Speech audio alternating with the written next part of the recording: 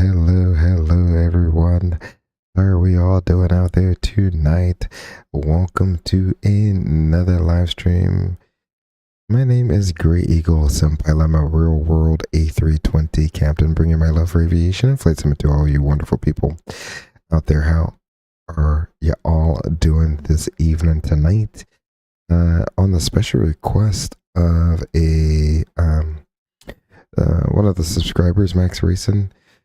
He really wanted to go to Palm Springs, do the RNP to runway 13. I said, that's not good enough. So tonight, we're going to be going from San Francisco up to Missoula, Montana, operating as a United Airlines. Will be taking the older United livery, A320, up to Missoula there, and they have a pretty wicked RNP approach. It should be an absolutely beautiful approach going into Missoula, Montana. So hopefully you all stick around and get to enjoy a nice, beautiful approach flown flawlessly by the Fenix A320 there. All right, without any further ado, we're here in San Francisco. I got everything all shut down. We will, let's go ahead and hop into the flight deck and start getting things going, shall we? All right, there we are. I left the sucker cold and dark, so we'll go ahead and, batteries are pretty low. That's okay. We'll turn on 1, we'll turn on 2, and we'll get the external power on. You get those batteries charged back up all the way. So they did drain a little bit, so we'll get them charged back up all the way. While that's going, there's a few things I like to, we'll take care of some of these things here. Like, I like to go ahead and get the cabin door open, stir the jump seat, and for some reason that circuit breaker is always out, so we'll put that circuit breaker back in. I like to get the armrest up and out of the way. We'll put the transponder in auto and all. So auto all. And then we want auto 1 and on. That all looks good there. So just some things to, some housekeeping things that we usually take care of, or I usually take care of before we actually get things started there. Get the triple click. That means the airplane has done all of its self checks. So let's go ahead. And start with the overhead panel. We'll get IR1, 2, and 3 aligning. There we go. Flight control panel looks good. EVAC panel looks good. The GPS panel looks good. We'll put the recorder ground control on and test the CVR. Excellent, sounds good. We'll turn on the crew supply. The oxygen panel looks good. The calls panel is good, and the wipers off. Excellent. We'll test engine fire 1. Excellent. The APU. And engine fire 2. Excellent. I forgot. I usually like to board while I'm doing things because that kind of gets things going in the right direction there. So let's go ahead and tap to import. We'll dismiss that. Go to mass and balance load aircraft, and we'll do real time. There we go. Excellent. The hydraulic panel looks good. The fuel panel there looks good. Electrical panels all set and configured. Air conditioning panel, I'm going to turn these down just one little notch there. Everything else looks good. The NAS panel looks good. For window heats and auto. Cabin pressurization panel looks good. Strobes, we'll go to auto. We'll go to, today is an odd day, so we'll be on system 1 for our nav and logo lights. APU, we did the test already. I'm going to go ahead and start up the APU at this time. We'll give it the 3 Mississippi count there, and we'll go ahead and hit the start button. And smoking can come on. Emergency lights can go armed. Coming up to the first officer side, the PA switch out into the 3 o'clock position. VHF3's in data, that's good. Flight control on the FO side looks good. Cargo heat is, that panel looks good. Cargo smoke looks good. Ventilation is all set. Engines are all set, and the wipers off on the FO side.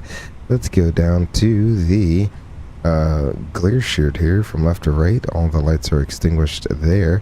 We're going to go constraints to nautical mile arc. VOR ADF's off. The center FCU here, we want digits in all the windows, heading vertical speed, and all of the lights out there. On the info side, we want to be in 10 miles arc. Let's go constraints. And we want the VOR ADFs to be off, and the flight director should be on. All of the lights on his side of the glaze shield should be off as well. Draco, hello, how are you doing? He says, hey-o. Hey, Draco, how you doing? Welcome to the stream, buddy. Really appreciate you joining me tonight. Hopefully you're able to hang around to the end. It might be a little bit on the longer side of our flight this evening, but an absolutely beautiful approach into Missoula, Montana once we're done. Coming up to the main instrument panel, the captain's side, PFD's on the left, ND's on the right. The ISIS is aligned there. The center pedestal, the upper display is on the upper, the lower display is on the lower. Brake fans off, gears down, auto brakes are off, and his kit is on. Let's see, date and time are for the most part correct. The landing gear is down, no light there. And on the first officer side, the navigation display is on the left, PFD is on the right. You can adjust the brightness however you want there. Coming down to the center pedestal here, we want to see V2527A5s. That looks good. Database is current. Still got like another week or two before we got to swap the databases over there. The RNP is not quite set. There is an air traffic controller online. I'll get that set here in a minute. In fact, you know what? I'm just going to bring up this frequency right now. We got San Francisco ground 121.8. So we'll go ahead and do that. 121.8. Nope. That's the one I want. Make that easy on me. All right. We'll go ahead and mute the interphone there since I'm not really talking to anyone. And the lighting looks good. Radar is off. BWS is off. That all looks good there. The center pedestal, we're going to recall any ACAMs there. Nope. And then clear. Excellent. Throttles are at idle. Masters are off. Selectors norm. Speed brakes disarmed. Digits in the window. Flaps are up. Gravity gear extension is stowed. We got to use that in the last stream. That was quite fun if you got to see that. Let's see. Same thing on his McDo. V2527A5s. And database is current. We'll put him on VHF 1. 4306.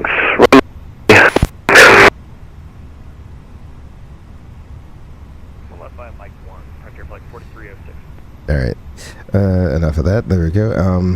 Frontier flight 4306. Let's see. They'll be on frequency 135.1. I'm going to settings. I wonder if that has to do with the VHF modulation. Correct, yeah. We'll have the tower there as well, thanks. Alright. So, 7045 San Francisco ground, you on?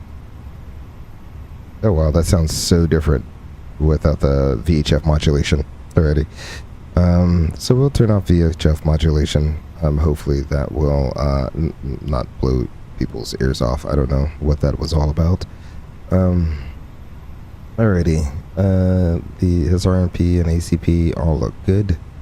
The floodlight is where it needs to be, and we just did the transponder there, so that's good. And then lastly, we can do a brake accumulator check. So if I can find where my rudder pedals are, excellent. We'll go ahead and depress both brakes. Release the parking brake, release the left brake and depress it. Looks good. Right brake, looks good. And we will go ahead and set the brakes. All of that looks perfectly fine. Excellent. Thanks, my dude. No, you're welcome. Thanks for joining the stream. Really do appreciate that. Alright, let's see.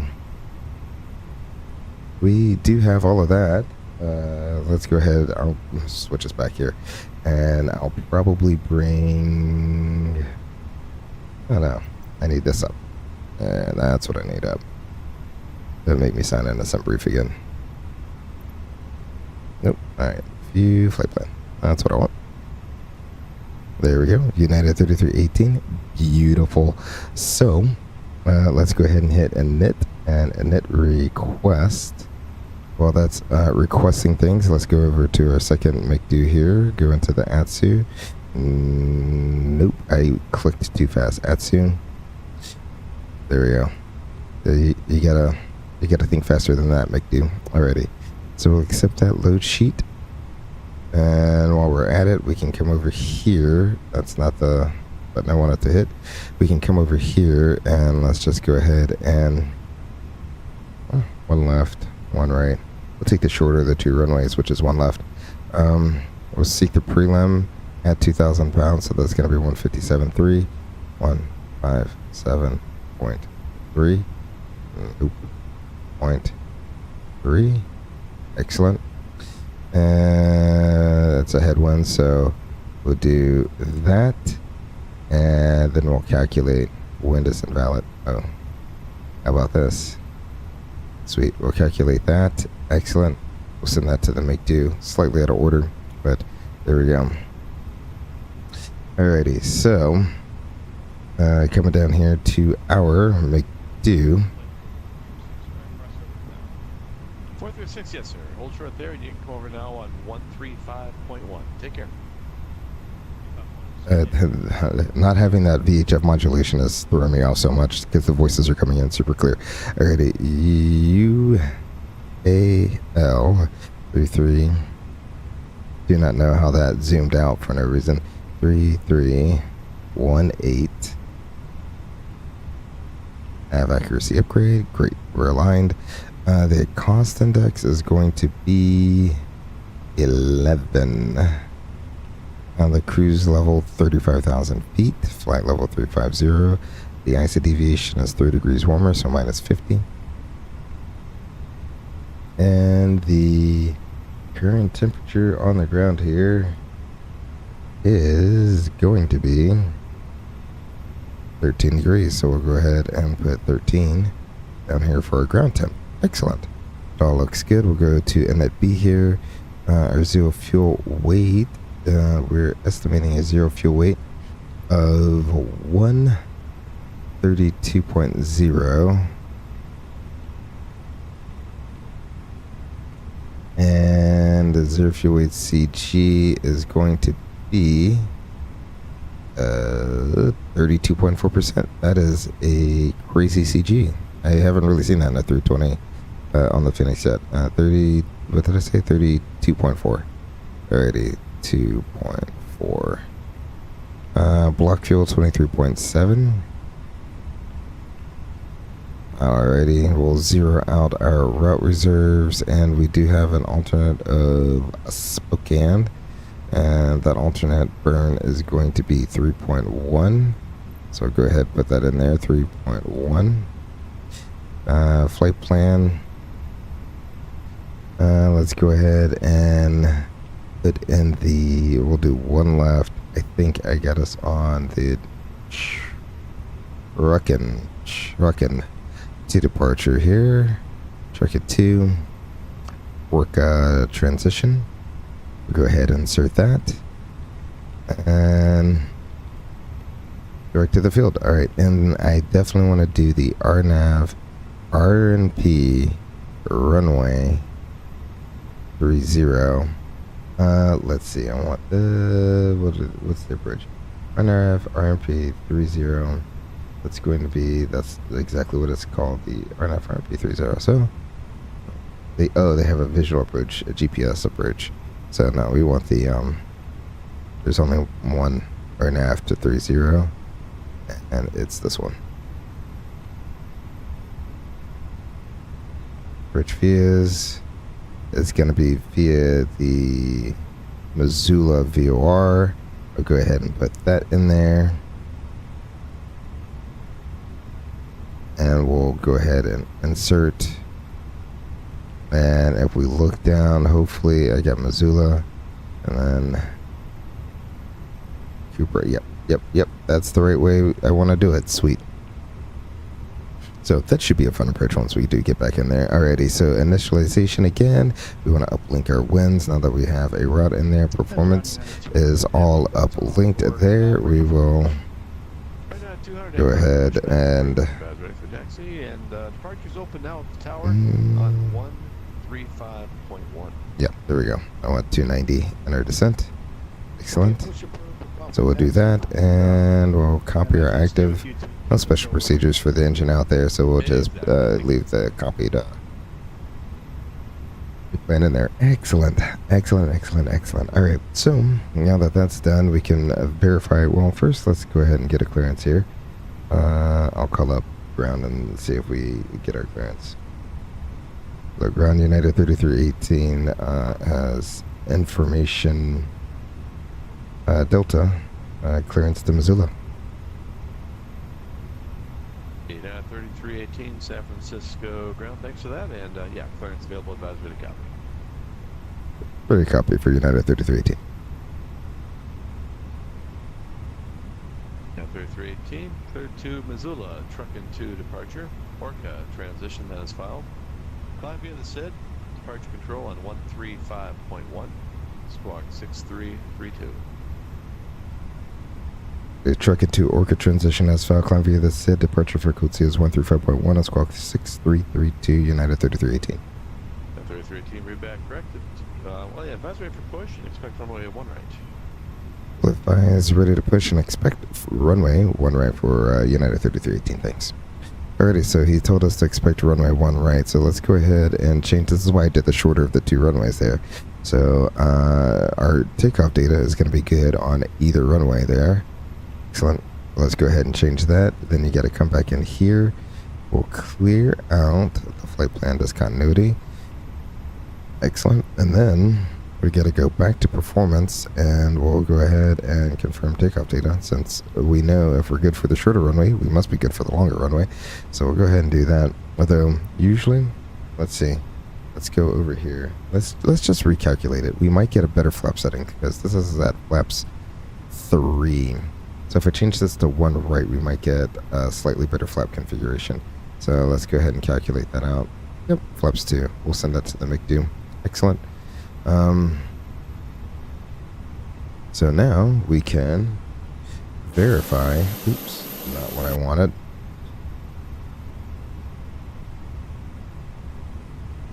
We can verify the route. So we will put you in plan 10 nautical miles.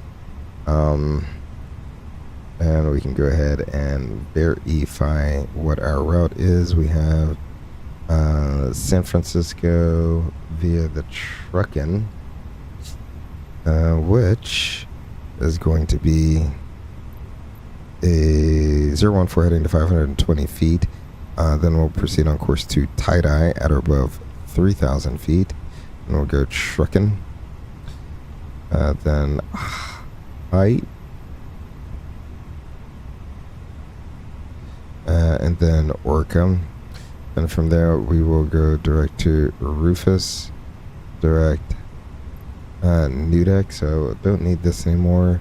So we got Rufus, Nudek, and then Zatip. This is how you would say that. Zatip, and then Gyros, Nigoi, and then the VOR, and then there's our approach. Look at the approach in there. That's going to be a super fun approach to do. Alrighty. With a total distance of 763 miles, our segment distance is 740 miles, so that looks good there. Excellent. Let's see. We will go to here. And actually I'll cover the, I'll bring this back over. So more than likely, let's talk about threats on the departure. No real big threats there. Should be straightforward. Taxi out will be all the way around the terminal, and we'll probably take Alpha 1 or Lima 2, one of those. That's the end of the runway 1 right there. Plan on a flaps to flex. Standard reject considerations. Any questions about what we reject for? Nope. Lewis says, what's your PC setup? Ooh, I'll talk about that here in a little bit. I'll let you know what I got, Lewis. Thank you very much for asking. If we do lose an engine after V1, we'll continue out over the bay, and that's where we'll try to keep it. So we'll proceed out over the bay, and then more than likely we'll turn right to stay in the bay area here, and that should be perfectly fine. So that's what we'll do. In the event of an engine failure, let's see, the SID says we need to climb up to flight level 190, so I'll go ahead and put flight level 190 in there. And the departure ATIS says the altimeter is 3005. So we'll go ahead and set 3005 in there. The departure frequency is 1351. Go ahead and put that in our standby.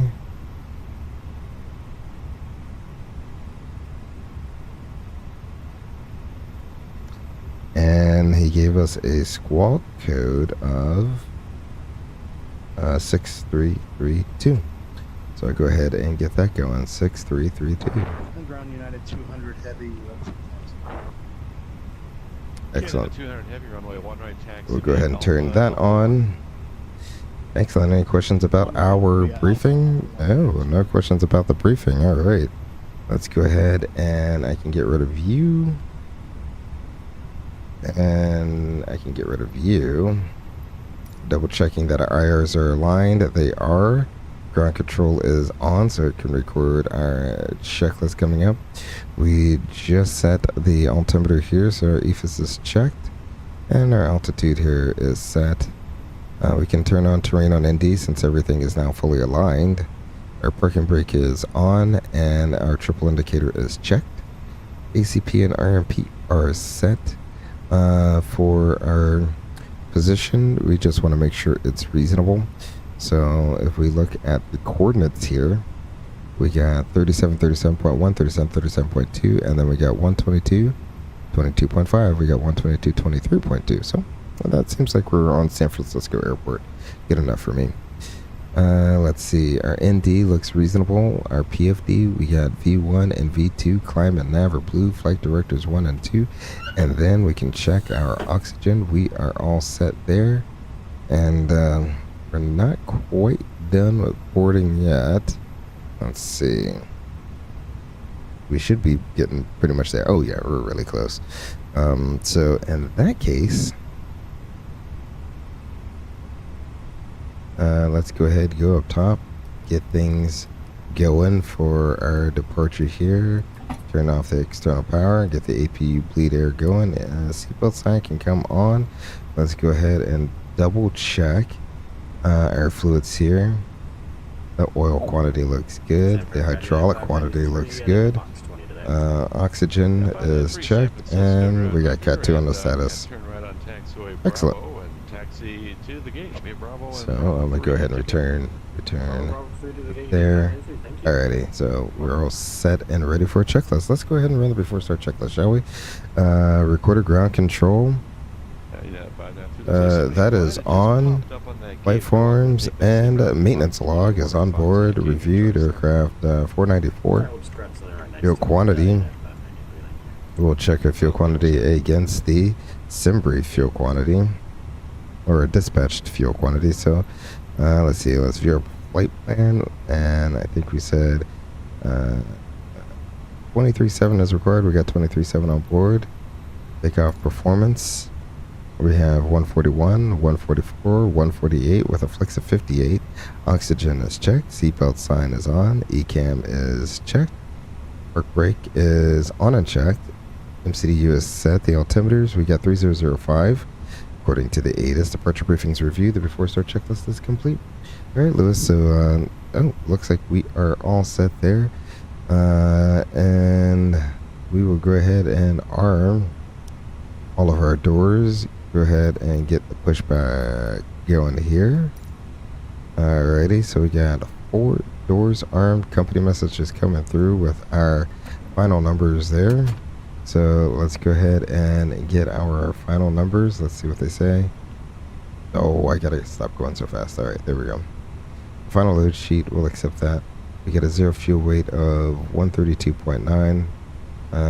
So an additional 900 pounds, so I'll do 132.9 and 32.4. So that was on par. Okay, so that's the only plan there. That's why we always do the extra 1 ton of weight. That way we know for sure, even if we're a little bit above what we planned on, we still got good performance numbers. Excellent. So he said to call him when we're ready for pushback. I think we are ready for pushback. Okay.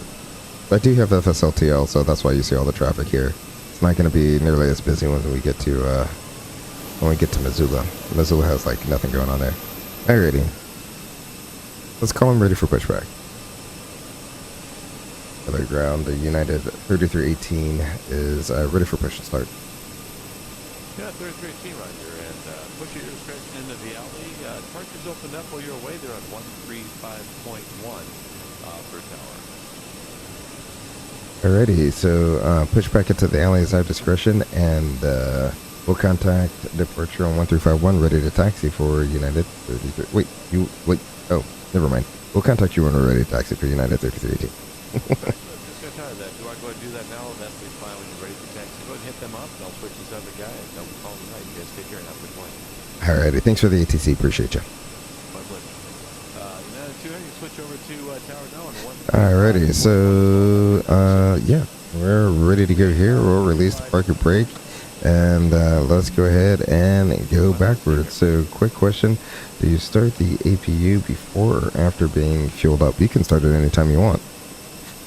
Really, it doesn't. The APU isn't as dependent upon whether you're getting fueled up or not, which is a really nice thing about the APU here. So yeah, you can start it whenever you want. You could be in the middle of fueling. Really doesn't matter.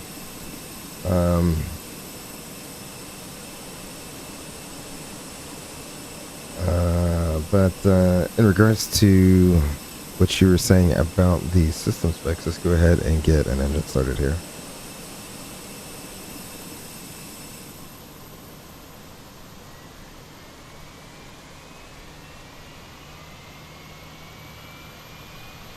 Just turn you real quick.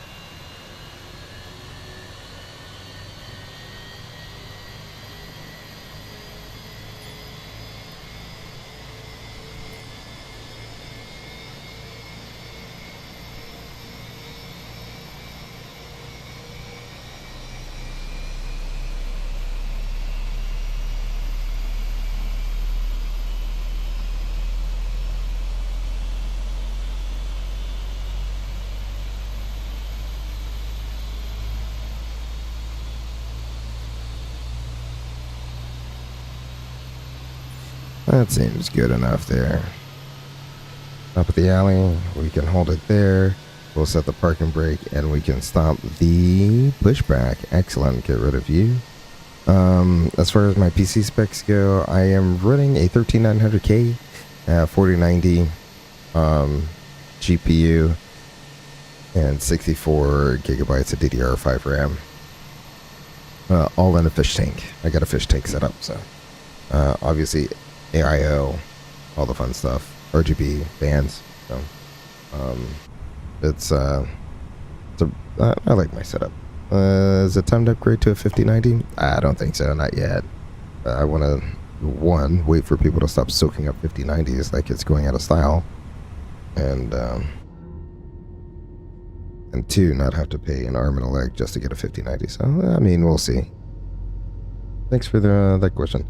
Two good questions, Liz. Really appreciate that.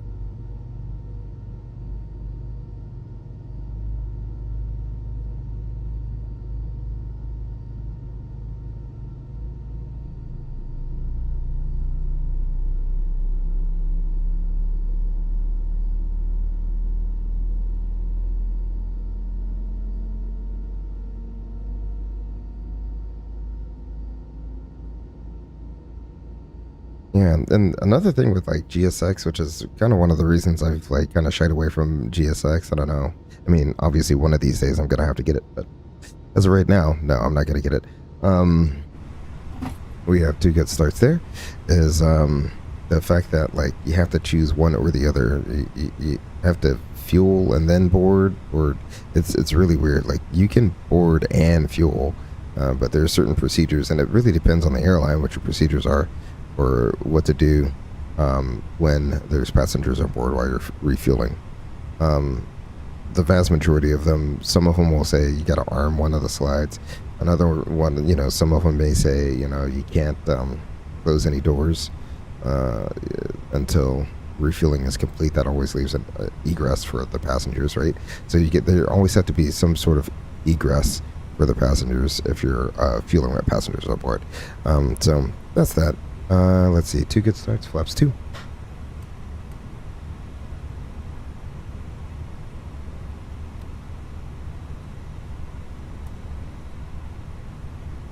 All right, we'll go ahead and did I close the door? Oh yeah, I remembered at that time. Excellent. We'll go ahead and get all of that done and recall. Or sorry, not recall, status. There we go. That's perfectly normal. After start checklist. Alrighty. After start checklist, the NAIs we don't need. Status is checked, and the rudder trim is 0. After start checklist is complete. Excellent. Let's flip you over to approach, and we will let them know we are ready to taxi. Hello, approach United 3318 on the ground with Delta, ready to taxi. At 3318, hello, runway 1 right taxi via Alpha 1. Alrighty, 1 right, Alpha 1 for United 3318. So we'll taxi Alpha 1 to runway 1 right. So pretty much exactly, I mean, there's only one of 2 taxiways that will take you there. So kind of hard to get that one wrong.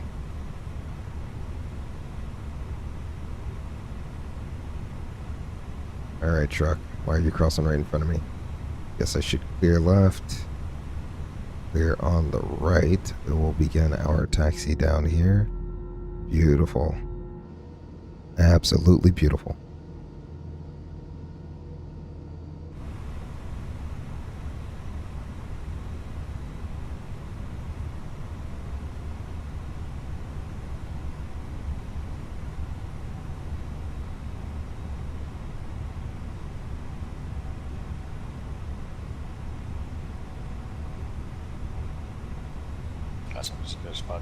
Just to inform, we'd be looking for stand Golf 6 on arrival. So you know, today. Yeah, 28 Roger.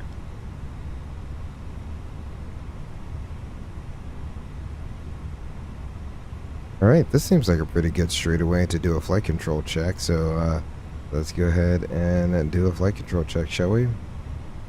Pull up. Pull down.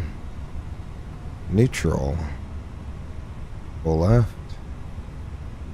Pull right. Neutral rudders. Pull left. Pull right. Neutral. We'll go ahead and arm the auto brakes there. We want to trim down just a little bit. PWS and auto. And let's check our takeoff config. That is normal. Excellent. Let's go in here. I'm going to bring this up, bring that up, and I'm going to try it. Let's go ATSU. AOC menu. Received messages. Unload sheet. There we go. So lots of paperwork that need to be brought up right before you begin this checklist. Will continue on Alpha. Look at that. Is that a United 777 there taxiing in, just landing? Man, kind of upset I missed that landing. Oh, yeah, United 777 there. Beautiful. Alrighty then.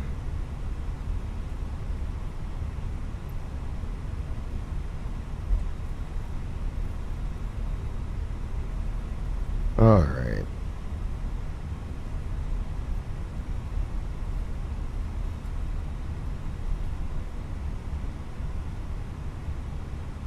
Alright. We were kind of hauling around that corner there. Slowed it down just a little bit. Alright, before takeoff, checklist flaps. 28 taxi to the ramp. 2 planned and 2 indicated. Taxi down via Alpha and no 28. Take update and speeds are checked. Weight. 156.0. We got 156.4. Stab trim. We need what is that? 28.6%. We got 29.6%. Is that right? Yeah, 29.6%, and that's checked. Flight controls checked. KMSO, takeoff no blue. We are to the line. Let's go ahead and see the flight attendants. Flight attendants, prepare for takeoff. Excellent. And we can go below the line. Let's see. Just looking at our bin fuel at 22.2. Excellent. We are doing really well in that respect. So below the line. But performance here, flight plan here, runway 1 right on the box on the screen. And once we go around the corner, out the window, that is checked. And takeoff fuel 22 point, I think I said 3 required. We got 23.4 on board. Flight attendants notified. Engine mode. Yeah, Normal. Concerns offline radar service terminated. Decas. There Okay, to advisory United 200 we go. DARA before takeoff checklist is complete. Oop, oop. Taxiing way too fast. Here. Slow it down, slow it down, slow it down, slow it down. There we go.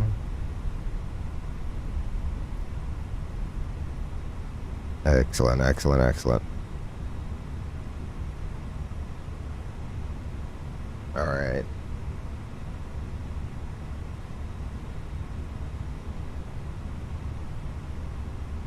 So we should take the first left here. Alpha 1, he says. That will be the first left.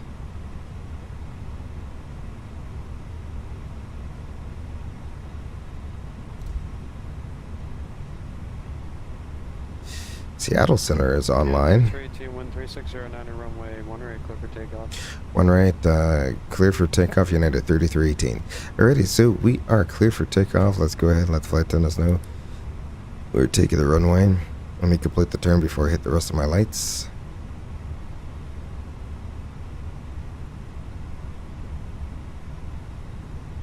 There we go.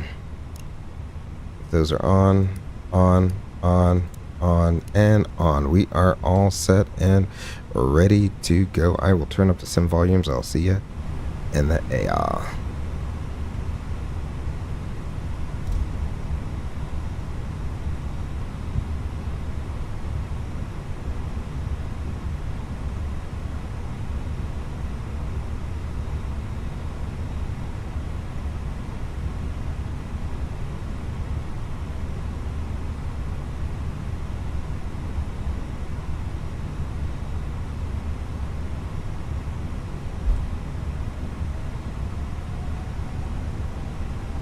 .05, half side down on the side stick.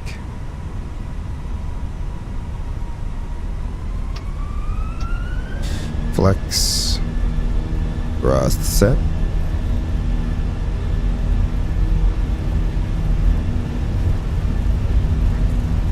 AD checked.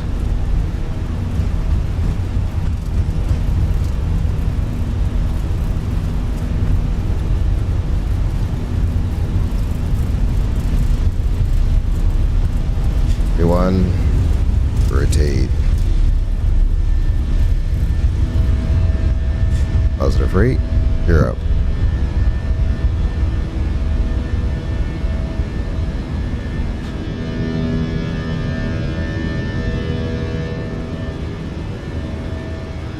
Go ahead and I'll engage the autopilot there. Yep, don't act crazy, airplane.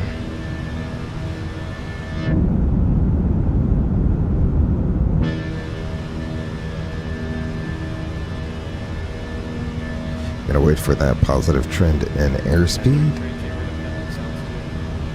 1,600 climbing flight level 190 on the truck into United 3318. Climb set. Excellent. I'll bring the volume down to a more reasonable level. There we go. Excellent. Welcome back. Let's go flaps 1. I'm gonna get to the back for the flaps. Let's look at this. Yeah, let's go this way.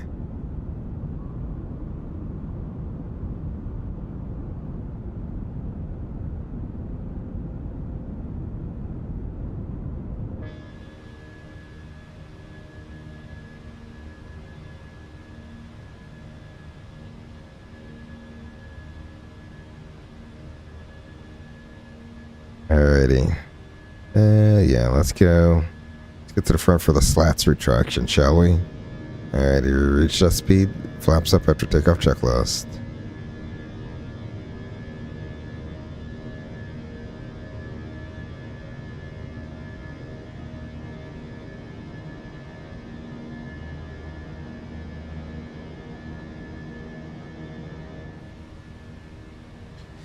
Absolutely beautiful. There is Oakland right in front of us there. That'd be Oakland Airport.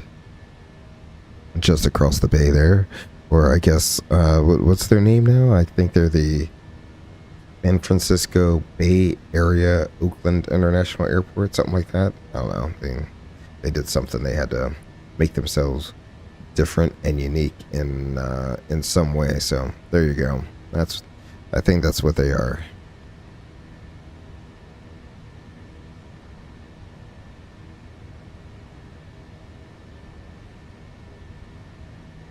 Let me go ahead and finish up that checklist there. There we go.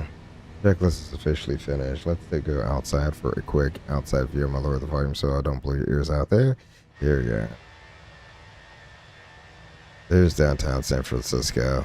Absolutely beautiful. Making our turn right over Oakland. Wow. If you look close enough, you can see the Golden Gate Bridge right just above the antenna there.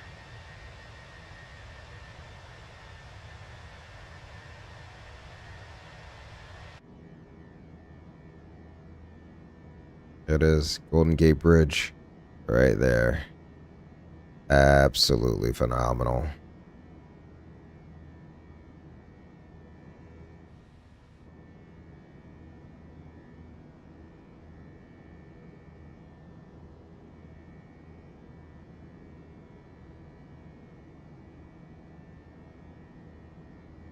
What an absolutely beautiful day out here on the West Coast as well.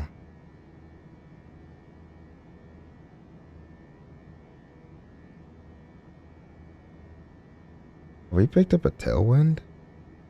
Let's see what the winds are doing up here.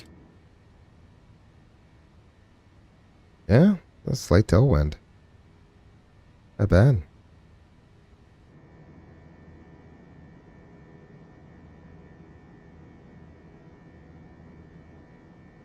Got a look at the bay, just off the wingtip fence there, the end of the bay.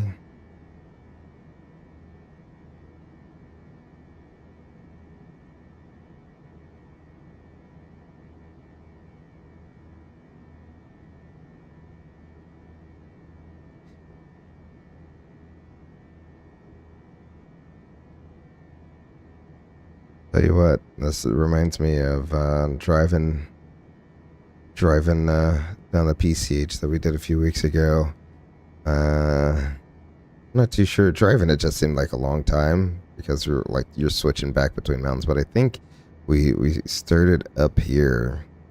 Technically, the furthest north we got is like somewhere up here in the Redwood Forest. Absolutely beautiful. Although going up and down those mountains, not nearly as fun. It's like super narrow roads, lots of switchbacks. So that's one of those, like, you better be on your A game when it comes to driving up and down those mountains. We're through 10,000 feet. Get all these lights off. We'll let them know we're out of our stereo cockpit there. Go ahead and increase you all the way out so we can see where we're going there. Excellent. And you know what? I will go ahead and take it a speed. We'll just do a... We'll burn a little extra gas going on out there. Shorten up our flight time just a little bit. On the shorter flights, it's really hard to save any extra time on your flight plan there. Simply because, like, it's already the most efficient and time-effective time. So, like, doing this, you're really just burning more gas versus saving a lot of time. You might save, like, 1 or 2 minutes, but, you know, if you're 1 or 2 minutes behind schedule, that's the whole difference of being on time and versus a little bit late. So it is what it is. I may have turned this in volume down just a little bit too much there. Alrighty then.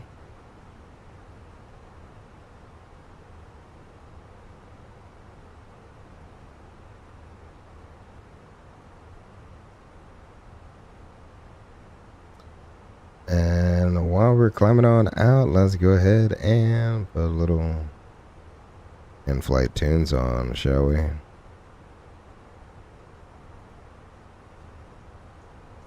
I would think that he'd be getting rid of me sometime soon, as I don't think Los Angeles Center is online, so we shall see. We shall see there.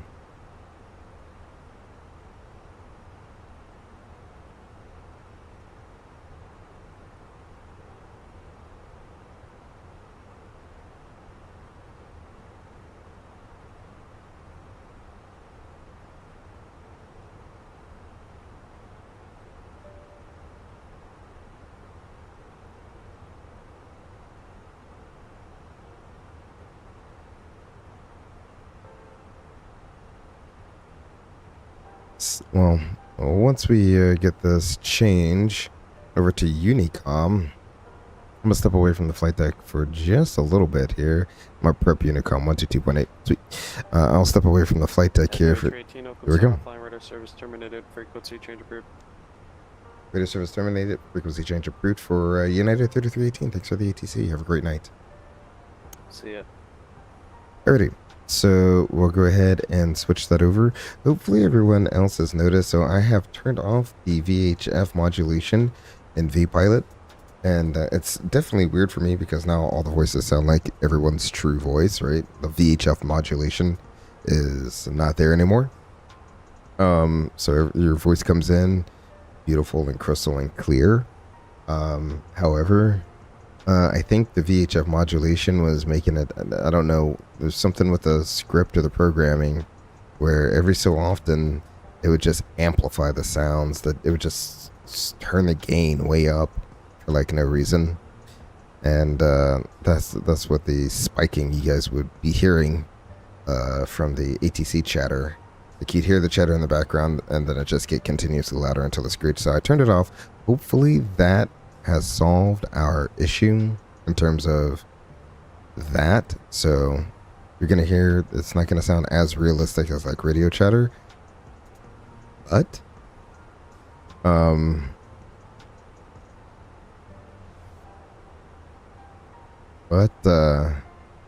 we shouldn't be getting those random increases in gains in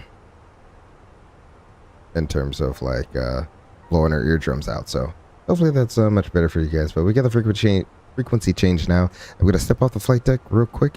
I'm gonna be right back. I'm gonna get I just wanted to go downstairs and get the bottle. I got a new bottle of bourbon today. It's very interesting, so I wanted to get it, kind of explain to you like what it is and what this company is all about. So stand by one. I will be right back. We have reached transition standard. Set once, set twice, and set thrice. I just realized I never set this thrice. 005. Shame on you. Shame on you, Grey Eagle. 5. There we go. So, I'll be right back. Ooh, I don't want the fat wing view. Do we have an ocean view somewhere before I leave? Nope, no ocean. It is what it is, I guess. Alright, there we go. I'll leave you with that view. I'll be right back.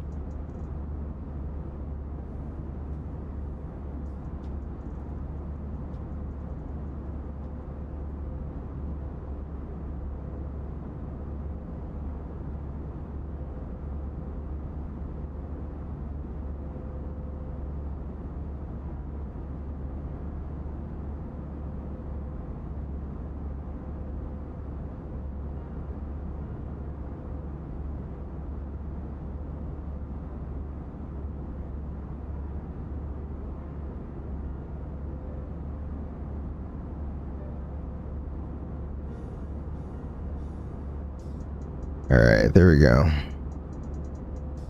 I am back with you all. What are we climbing through? I never climbed. I was like, I thought I heard the engine spooling down. Alright. We actually have to go up to our cruising altitude of 350. So, let's do that.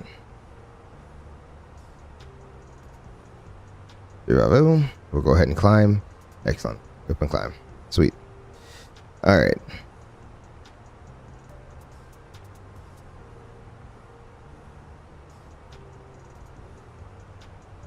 So, I got a pretty...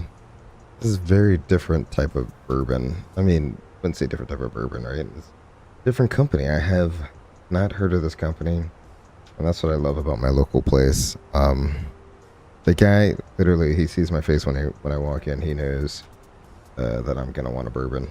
And he himself likes his whiskeys and bourbons. So it's actually great because he keeps a wide variety and a really good stock of it, which is absolutely amazing. But I have something here called Horse Soldier. I'll say that again. It's called Horse Soldier. It's a straight bourbon whiskey, or the one I have is a straight bourbon whiskey. I think they have three different types. Like they have cask, and double barrel. But this one is straight bourbon.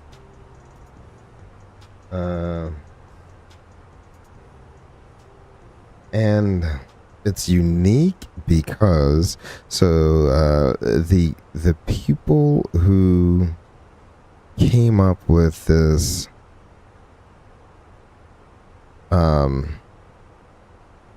this bourbon, so it's called a Horse Soldier Premium Bourbon Whiskey, and their slogan is legendary men, legendary spirits. So quick background on Horse Soldier. I think they have it on the back here.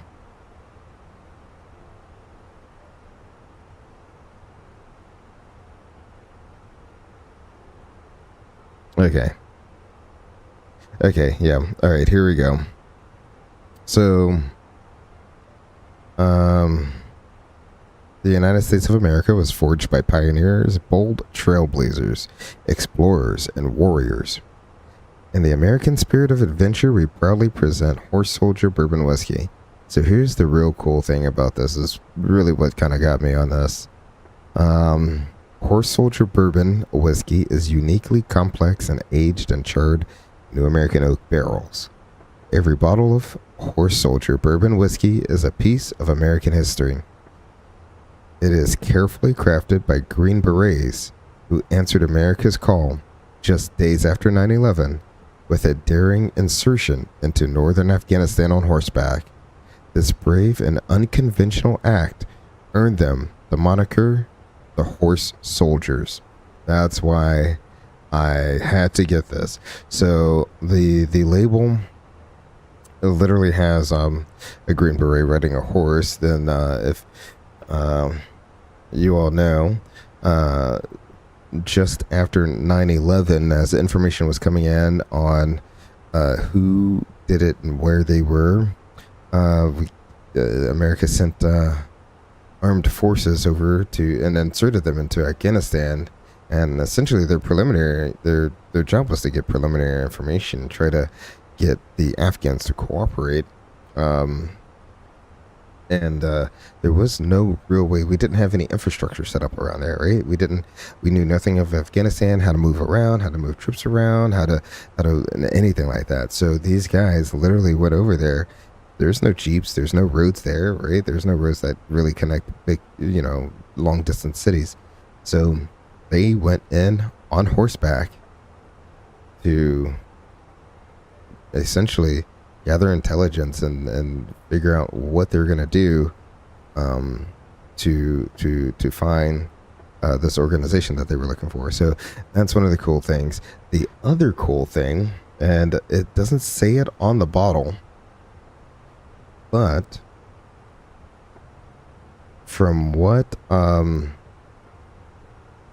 my local guy was telling me when he said the one of the reasons he decided he wanted to stock horse soldier was that I'll go ahead and switch this over to mock now. There we go. Is that the label itself? It's kind of like a raised aluminum thing. It's a really cool label, but the label itself is made from the remnants of steel from the World Trade Center. So that was another cool thing. So don't know how much truth there is into that, but I mean, hey, it got me to buy it, so you know. Let's go ahead and turn the fast seatbelt sign off. There we go. It looks like a beautiful day out. Oh, look at the snow-capped mountains out there. Absolutely beautiful.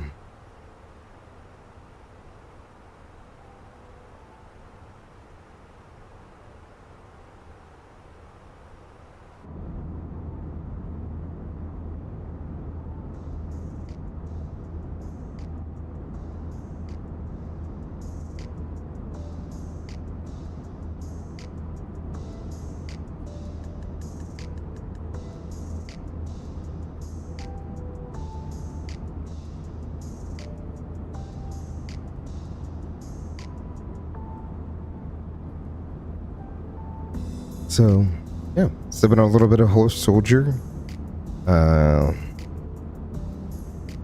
when we fly on up to Missoula, Montana. I like that name, Missoula. I just like saying it, so do forgive me if you keep hearing me say it, you know, every 5 seconds. It's one of those names that's just fun to say. Kind of like Sheboygan, Wisconsin. I don't know. Sheboygan was once flying along with a captain, and you know when you're cruising along and kind of like how we are right now, airplanes on autopilot. You're just kind of going. Radio's kind of silent. You're doing your checks every now and again, right? And there's some periodic checks we got to do, but he would always say how whenever he's telling a story, right? So there we were, flying along at 35,000 feet. Where were you? Yeah, you know, that's it. You don't remember where you were, right? If you don't remember where you were, he says, you know, just say Sheboygan. You know, this one time we were flying along and right over Sheboygan, this happened to us. It's just a fun word to say, Sheboygan. So, which is in Wisconsin, by the way. I did find that out. It is in Wisconsin. So Wisconsin, you guys have some pretty interesting and fun names. Let's see if. Oh, that's not what I wanted to do. Wait, let's bring you over. Let's see. Alright, on over to Wisconsin here. There's Oshkosh, Madison, but a lot of the smaller towns have, I don't even know how to say that one. It's a lot of tribal names, and I'm not going to be able to say a lot of it. But where's Sheboygan? I have no clue. I just know it's in Wisconsin somewhere. If you know where Sheboygan is, then let me know. More than happy. Is it Sheboygan, Wisconsin, or Sheboygan, Michigan? No, it's Sheboygan, Wisconsin, right? I just don't know where it is.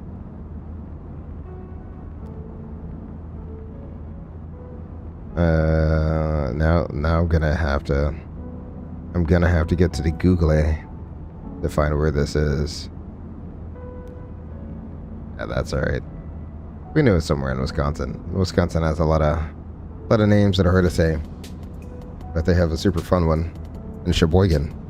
So there we go.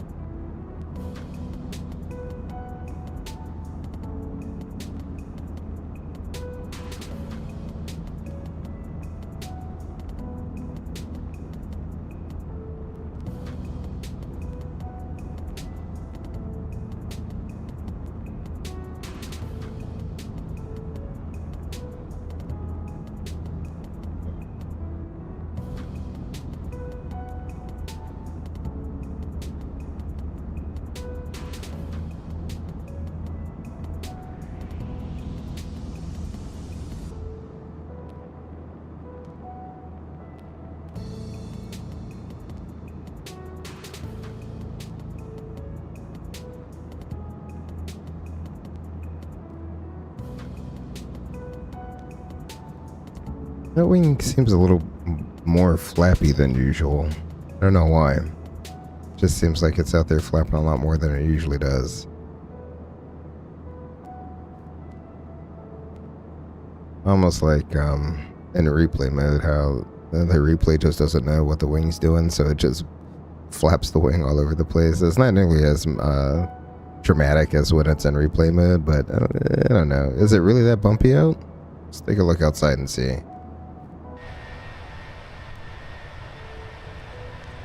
Oh, look at that, chat.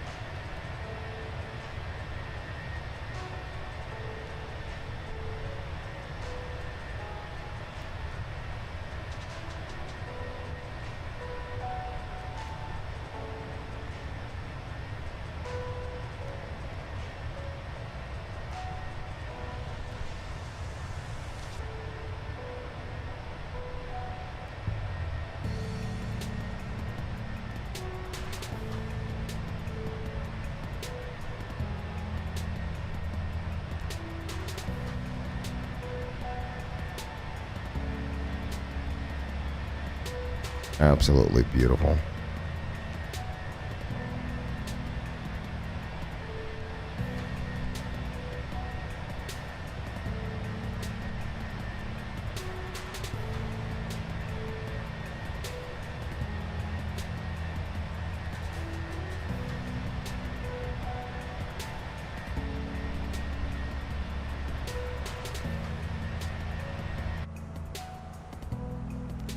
Slowly making our way on up there. Let's see, what is our optimal is going to be 340, max is going to be 373.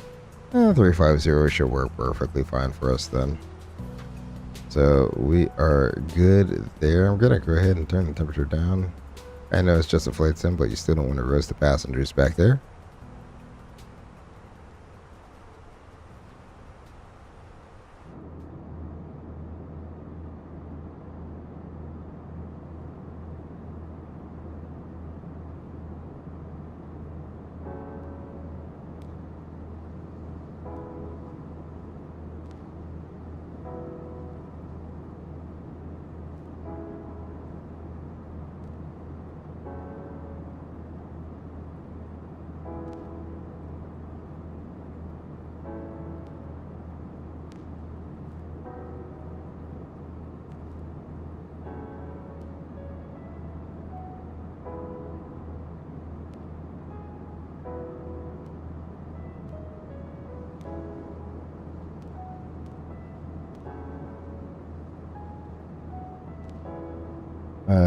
Have definitely had a very interesting the last few days here. About a week or so ago, I decided I wanted to dabble in the world of remote controlled helicopters. So did a little bit of research. I didn't want to go full on helicopter. Like, I don't need a full on 3D helicopter. I just need something that's going to be basic and easy for me to fly, right? Because I'm not a helicopter guy. One, and two, RC is just not the same as when you're actually in an airplane doing it. So got myself an RC helicopter. It's like gyro stabilized, GPS locked. So all you have to do is, you know, bump your sticks left, right, up, down. Doesn't matter. You just bump your sticks and let go. It moves, it stops, it hovers right where the last GPS location is. So that is really awesome, amazing for beginners. Got it. But it spent like literally an entire day. And well, I wouldn't say an entire day because it did come in around midday. So spent most of the day putting it together and getting everything looking just right there. Get the batteries all charged up on it because the next day was fully planning on taking it out for like a field test, trial test, whatever you want to call it. It's maiden voyage. And the next day, get up, get everyone up, ready, out. You know, had a later on call, so went to take a little bit of a nap. And of course, I get called up to go on a trip. So me having done just a little bit of research, not like a crazy amount of research, just a little bit of research. I knew with lipo batteries, they can be very, very fickle when it comes to like leaving them charged for long periods of times. And I didn't want to just leave and leave them charged. Even though they probably would have been good for the duration I was going to be gone, it was just more peace of mind that I wanted to drain them down to their storage level before I left. So, put it in the helicopter. Even though I hadn't made the flight, I put them in the helicopter, took it outside, and just ran the helicopter for about 5-10 minutes on each battery, so I could get the battery life down. I really should have just taken that opportunity to go out to the park and drain the battery, because that I mean, it would have taken literally the same amount of time. So don't know why I didn't do that, but neither here nor there. I just wanted to run the batteries down to a storage level and get back inside and change it so I could go to work. So which work was a complete wash. Turns out I just deadheaded everywhere. I didn't actually fly. I just deadheaded. It's a really odd trip they sent me on. But on the plus side, I downloaded some movies. Got to watch some movies on the iPad while I was crisscrossing the country, so that was really cool.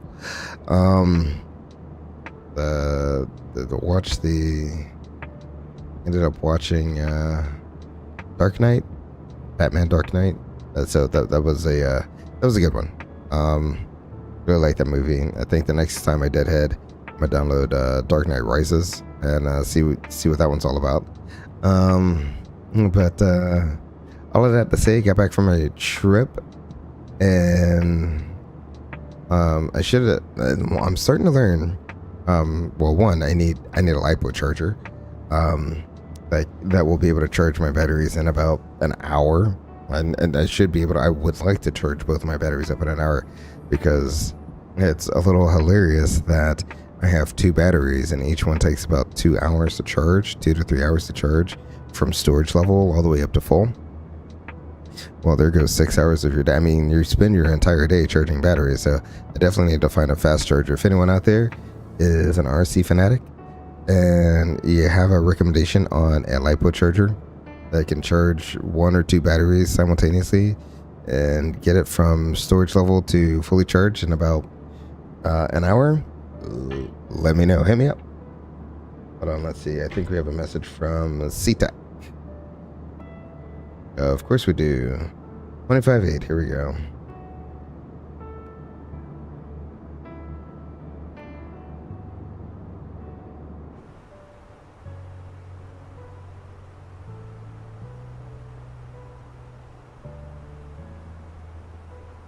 So 1258.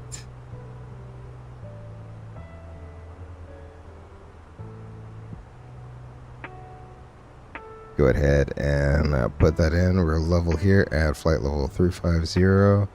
Sweet.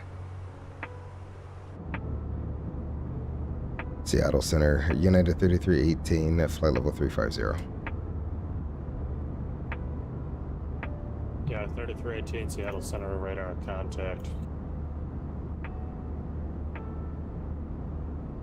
Cool. All right, so yeah, I learned my lesson there. I definitely need to go and look and then invest in a really good, high quality LiPo charger, so that I don't have to think ahead. Anyway, all that to say, I should have plugged in the batteries to charge overnight. Well, I am glad I didn't, because LiPo batteries do require your full attention. So I'm glad I didn't, but think about it, I should have charged them up the night before, because it did take me about 5-ish hours the next day to charge up the batteries. And so there went most of my day, just waiting for batteries to charge. So really, I decided to go over to a good friend's house and show off the helicopter to him, show it and show him how cool it looks, yada yada yada, because I got a 470 scale helicopter, and it is a L206. It's a Bell 206 470 scale helicopter, ready to fly. It came with pretty much everything: receiver and transmitter, where it came pre-installed and prepared. So literally all you have to do is install a battery and go. So which is awesome. So finally the batteries are all charged up at Matta's house. I'm showing it off, and so finally I wanted to take it to a baseball field. I did not. Because I was like, hey, you have a pretty wide deck here. I think that's plenty of space for it to take off and land. Just don't let the awning out, because I need the awning area to be absolutely clear for it to come back in and land. So it did. We took off. It flew it around for a little bit. Had some fun with it. It's very different. I will tell you now, if you've never flown an RC helicopter, an RC plane in general, it is very different. And it is very much true. Like, your first time doing it, definitely, if you're going to do it, go to a large, wide open field so you have plenty of room to maneuver and do things. The helicopter being GPS stabilized, super easy to maneuver and stuff like that. Where I messed up was having the launch pad being the patio, because right against this house is like a really weird, like, it wasn't like a crazy windy day, but around his house, the wind coming out over the roof and from the sides, it was just like a funnel, so it was slightly windy on the deck, and so it made it a little challenging to come in and take off and land. The first landing got a little bounce there, wasn't too bad. Swapped out batteries, put the new batteries in, and that's the other thing. For it to take, what, 5 hours for it to charge? Batteries drain insanely quickly. That's it took. They drained in like 8 minutes. It was absolutely crazy. So I don't know. I might get a bigger battery, but I'm not too sure.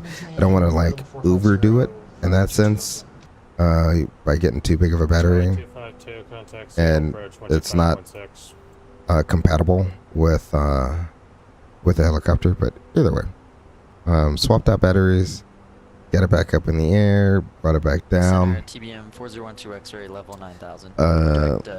About 5 minutes later, I was like, I think I still have some time on the battery, so decided to practice some takeoffs and landings. TBM 4012 X-ray. That was a mistake. Huge mistake. So now I'm waiting for parts to come in to replace blades, shafts, and rods for the helicopter. The hull itself is actually pretty fine. A little bit of paint missing, but I'll take that over a completely severed airframe any day. But the real demoralizing part is I now owe my buddy a new window, so I gotta buy a new window. The moral of the story being, if you're not professional RC pilot, don't try taking off and landing on the deck of your best friend's house. All right, don't do it. Just don't do it. Just go to a wide open field in the middle of nowhere, and you won't have to worry about damaging anyone or damaging anything or hitting anyone. So that's where I messed up. So helicopter's gonna be out for a while, but hopefully I will get it up and running here soon. Maybe I'll take some video of it, of me flying it around one of the local parks here, get some cool scale footage of it that hopefully I'll be able to post up on the channel. So I'm a little bit excited about that, but unfortunately for now, it's gonna be out of commission. So, and it's my fault. I should have known better. Should have just went to the park. Vancouver's offline. Radar service terminated. Frequency change approved. Good night.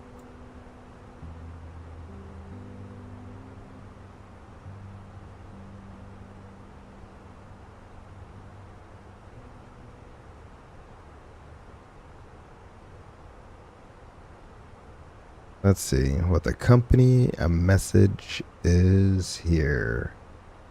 Sue. Menu received messages.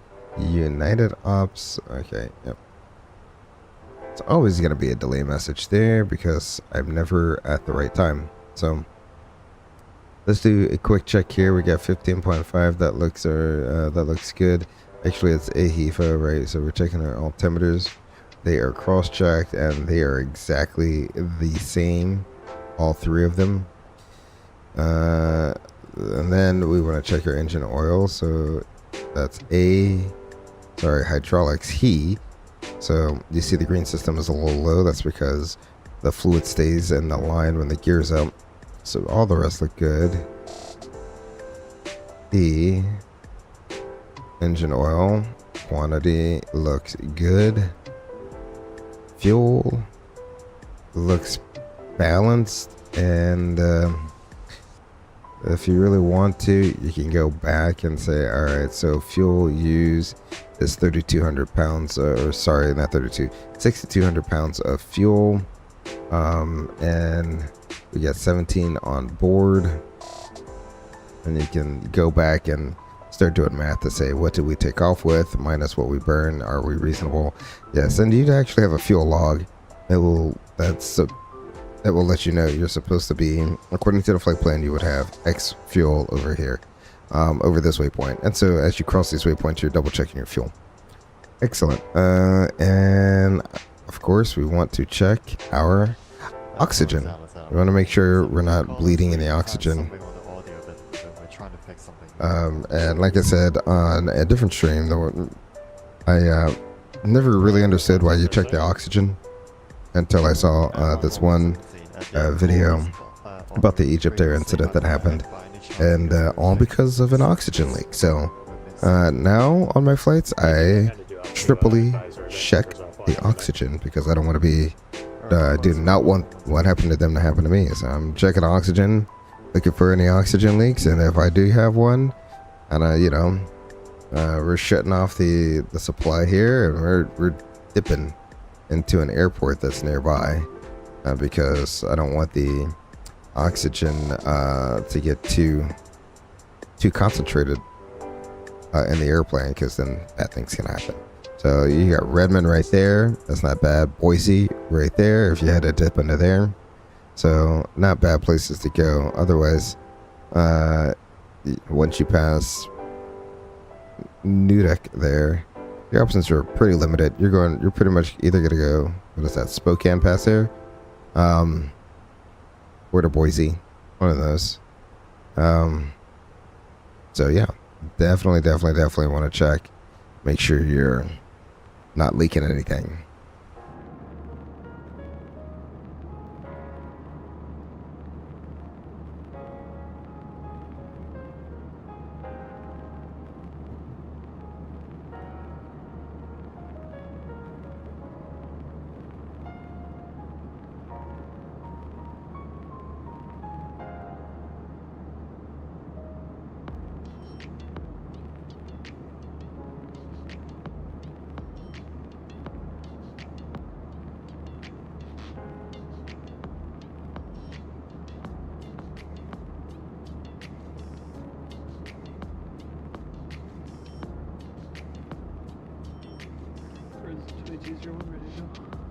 And 221, runway 23, clear for takeoff, turn right heading 300.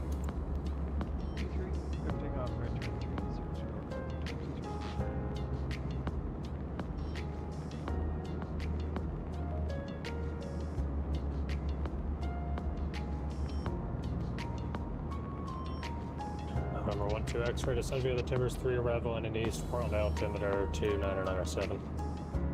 Alright, descend via the Timbers, and we're going to be unable to hold 270 for 12 X-ray. November 12 X-ray, roger, just delete all speed restrictions. Alright, delete all speed restrictions, TBM 4012 X-ray, thanks.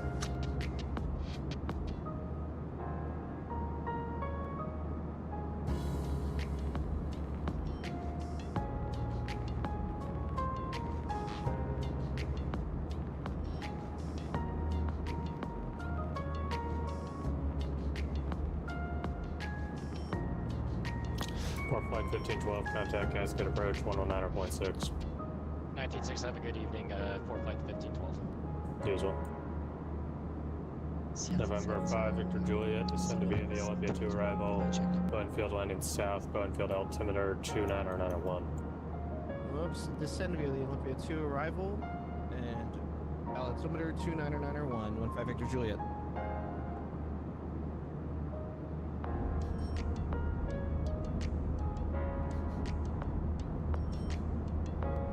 Seattle set slopes 321, ready to check.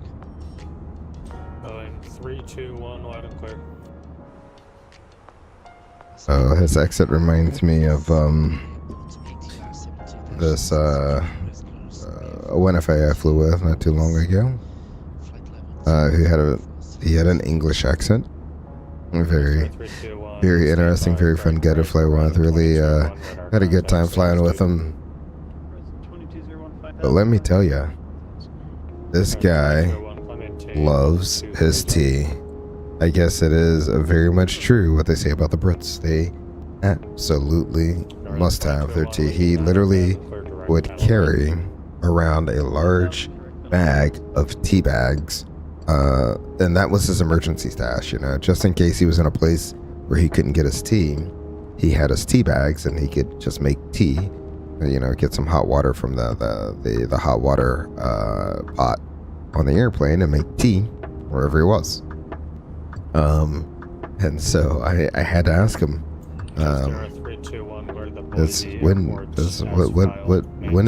what's tea time? When is tea time? And his English accent, I'm going to butcher his English accent, by the way, but in his English accent, he said, well, of course, when you wake up, then 10 a.m. and 2 p.m., obviously. And I was like, well, obviously I had to say it. Do you have biscuits with your tea? He goes, of course I do. I'm not a savage. That's absolutely hilarious. What a fun guy to fly with. An interesting take on seeing things from the other side of the pond. So that was absolutely, had a blast flying with him. So we're on 321. Did you say you wanted 13 or 16? 16. We asked for 16. You gave us 13. But can we have 16?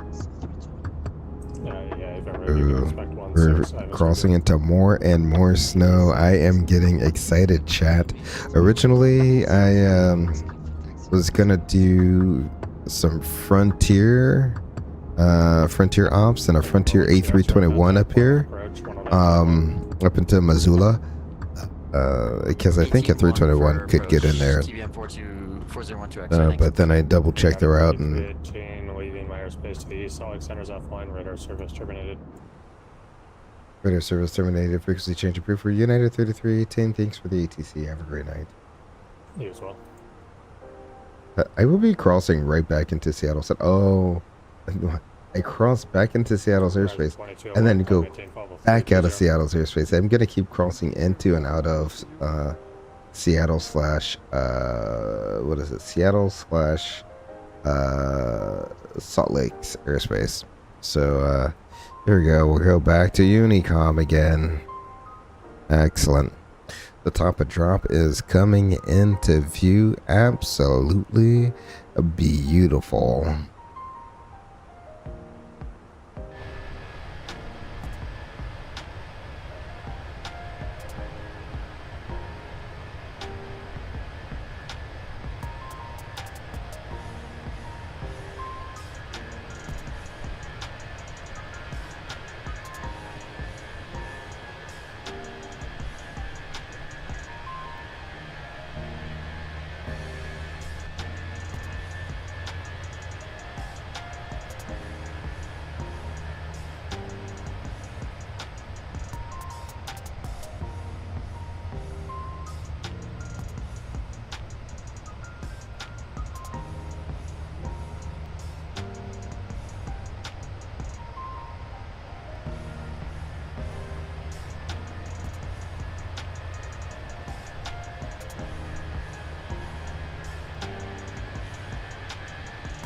This is a very interesting livery.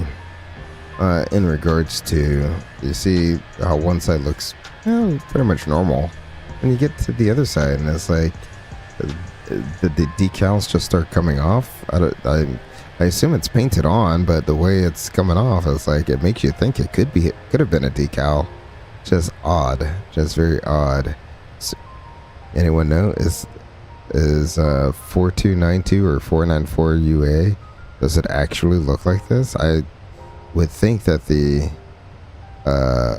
person who did the repaint had reference photos, so my assumption is yes, it probably looks like this in real life, but just odd how it's on one side. It reminds me years and years and years ago, when I was at the regionals, we were sending our planes back through the paint shop, and the company we were using to paint the airplanes, they weren't doing a good job. Whatever it was, they were not doing a good job. Because it would be, you'd get an airplane that was like fresh from the paint factory. It looks so shiny. You're like, ooh, she looks good. Weeks later, she has primer all over her from the paint peeling off and just shedding. It was absolutely insane. Like, maintenance would literally have to come by after each flight to check on paint peels, to make sure if we flew through like an icing layer, to make sure ice didn't accumulate on the paint peels, because that could make the aircraft unworthy, right? So they had to go through every time we got to a maintenance area, and they would come and look at the airplane, scrape anything off that they needed to, sign off the airplane, and you keep trucking. So literally, it didn't take long for the company to drop them as a paint provider, and we got a new one. So yeah, stuff like this does happen in real life. If you don't get the ratio of whatever it is, you don't prime it correctly, if you don't get the paint mixture just exactly correct, yeah, the paint will 100% start peeling off. And also, you got to realize these airplanes do take quite a beating. If you look at the vast majority of the noses of most airplanes, the paint's starting to wear away on the nose. Like right here at the radome, that's where you're gonna start getting the paint wearing away the most, is right just at the tip, right there. And then anywhere where the airplane meets the oncoming wind, so right above the windows there, that's where you're gonna get it the most. So the nose and right above the windows, that's where you get the most peeling. But you really, if the paint company did a really good job, you shouldn't get any peeling at all. So very interested. It makes me think that it's in such a specific place that United is actually a decal and it's not painted on. Or maybe it is painted on. I'm not too sure.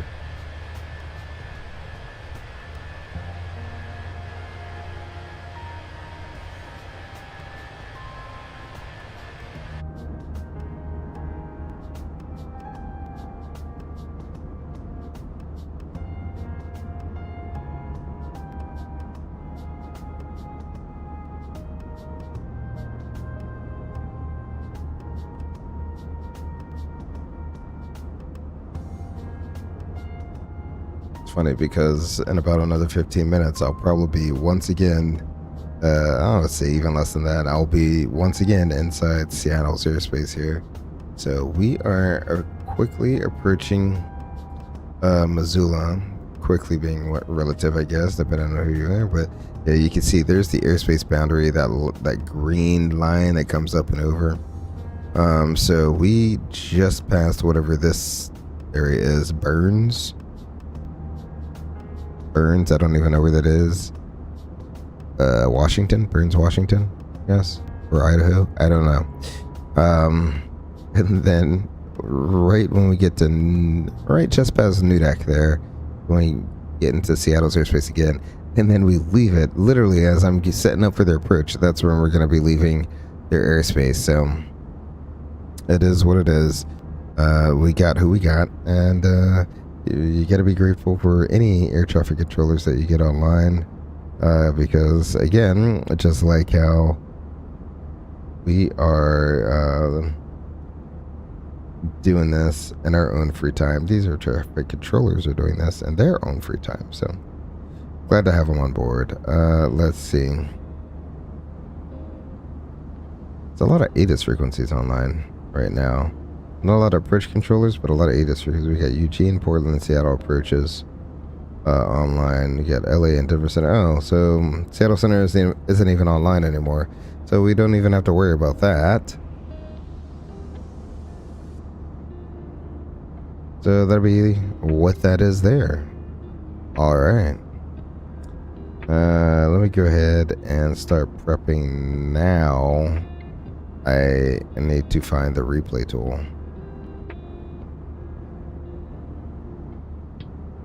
Get that ready. There you go. Turn that on.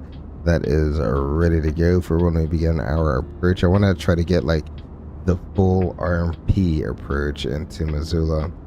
There. Let's go ahead. Yeah, I got that up. Let's pin that chart and the taxi charts. Do I need a cold weather correction table? What's the temperature there? Currently, METAR doing 0 at 4 10 miles. It's -8. So, what charts? -8 there right now. Well, hold on. Let's bring up their approach chart real quick, shall we? Because the approach chart will let us know when we need to do it. Alrighty, for uncompensated barrel analysis or precision otherwise below 21 celsius. Cold temperature, altitude correction required at or below 12 C. Or -12 C. So we're at -8. So we are good for now. But if it started getting any colder there, what we'd have to do is we'd have to go into the cold weather correction table here. So the temperature restriction depicted on affected approach indicates a cold temperature altitude correction is required for this procedure. When the reported temperature is at or below the published procedure restricted temperature, use the following table to make manual corrections. Reported temp.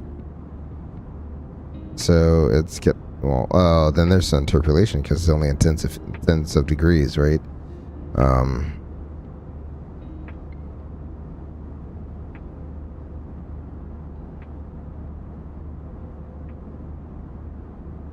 So you'd have to go in here and look at your height above airport as well. Usually we're going to be somewhere, I think we're somewhere between 3 and 6. I don't know what it is here.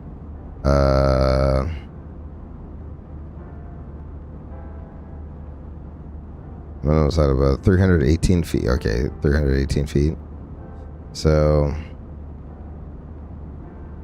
let's go here.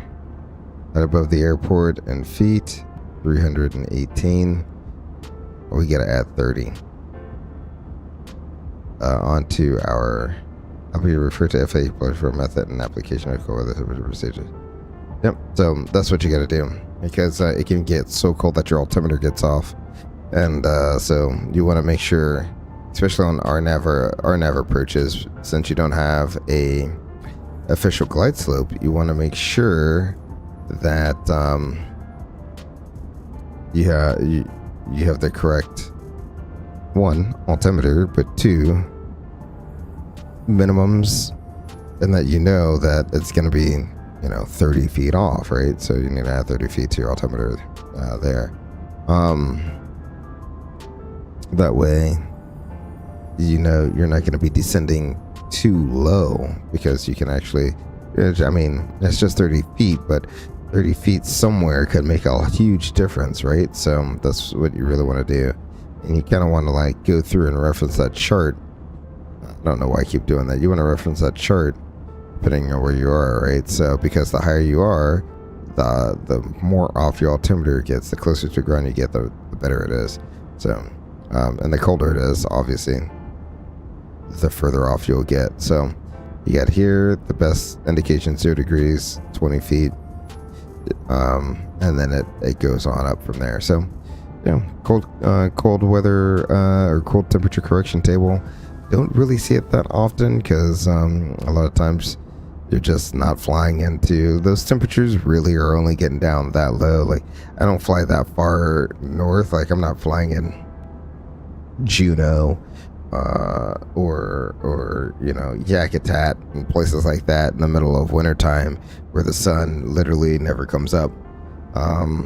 So usually in the daytime you don't have to worry about it for the majority of the airports, simply because the sun heats everything up. You don't have to worry about cold weather corrections. At nighttime, maybe, but you know, that's really going to be a nighttime into morning time where temperatures get that low, or a polar vortex or something like that, because I have been in a polar vortex where it gets insanely cold. When I say insanely cold, I mean no one wants to be out there, man. No one wants to be out there. I don't even think the airplane wants to be outside. Like, the airplane's got to stay outside overnight. I don't even think the airplane wants to be outside. It's so cold. Like, the polar vortex was so cold. I think the Canadians were like, ugh, this is cold. Or, this is cold, eh? Like, it was insanely cold. Insanely cold. No amount of jackets, earmuffs, or hats could still, like, I when you start getting into, like, negative, you know, 15C and decreasing, yeah, you definitely, I wish I had the full face mask at that point.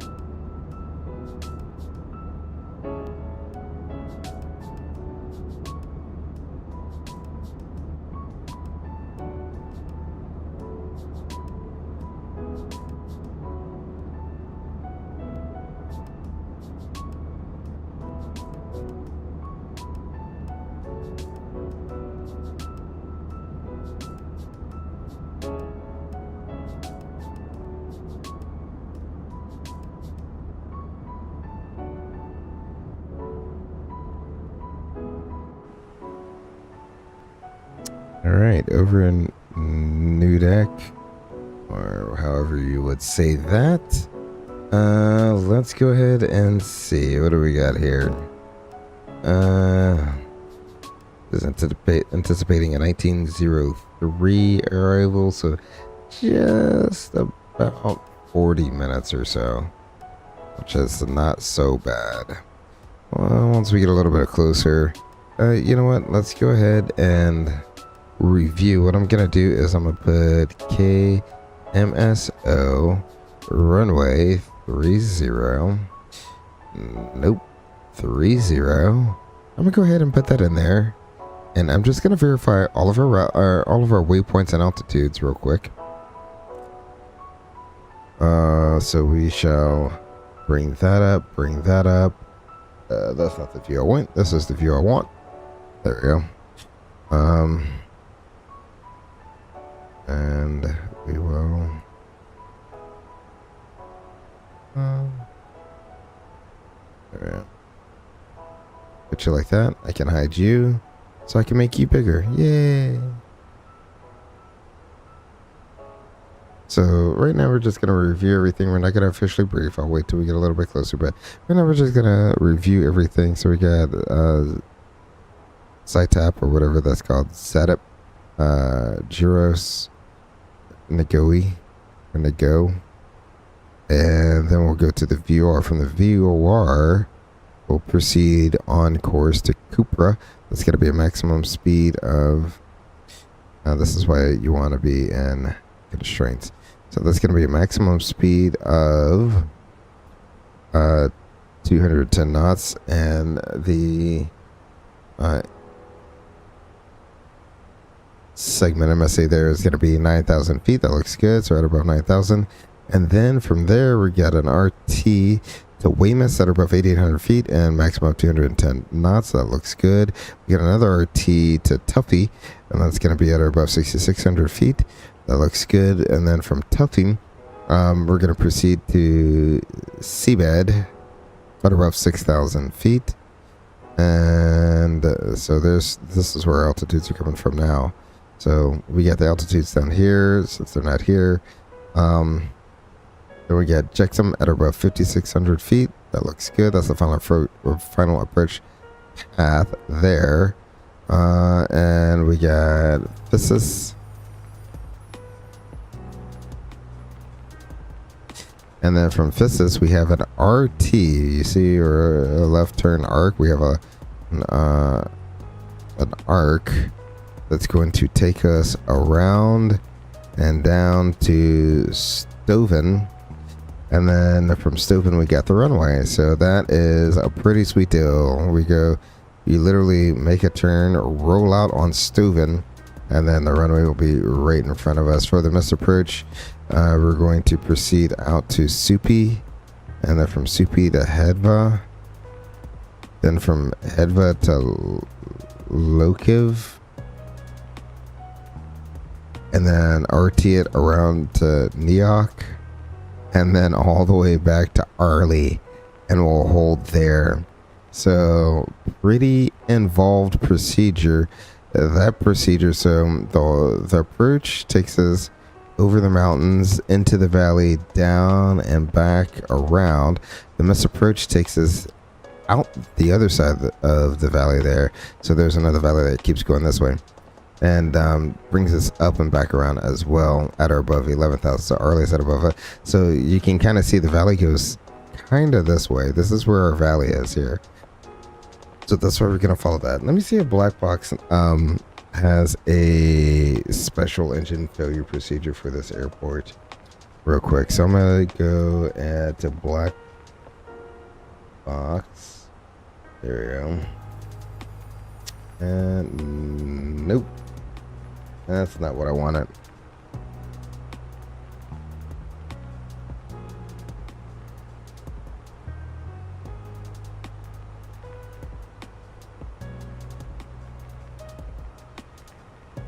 Let's see. Does he literally have every airport in the world? Let's find out.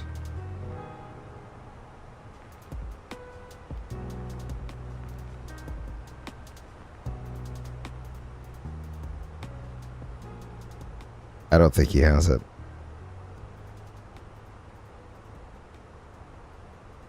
Yeah, I don't think he has Missoula. Alright.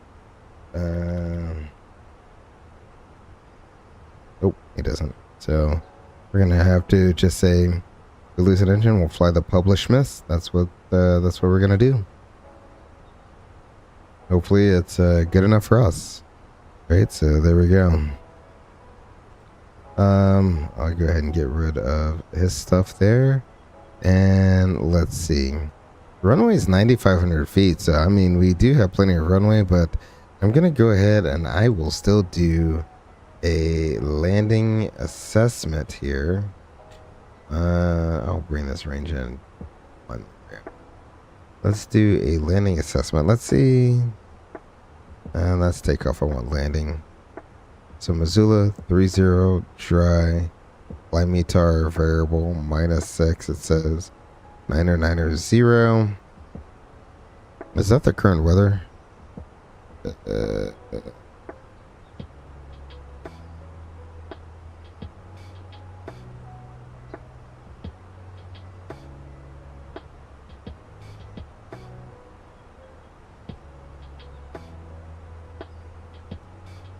Well, this is so weird how Pilot Edge is online. They're using 8 and 12. That makes no sense.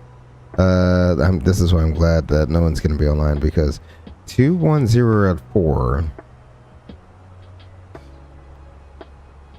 210. And you're using 8. 26 would be a better runway. And 12. I think 30 would still be a better runway. That makes no sense. You guys are using the roast runway. I mean, it's 2104, so ones are pretty much calm, but still, we're going to use runway 30. I don't care. Let's see. There's no real ATIS. So 210 at 4 are the winds there. So yeah, we're pretty good to use runway 30. Let me go ahead and insert our weather here. 210 at 4. The temperature is going to be -8.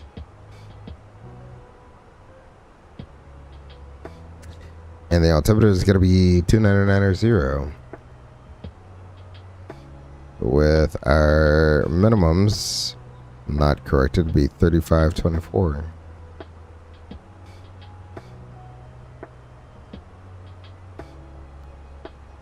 And let's go ahead and pre-select 299.0. We'll go ahead and set that once.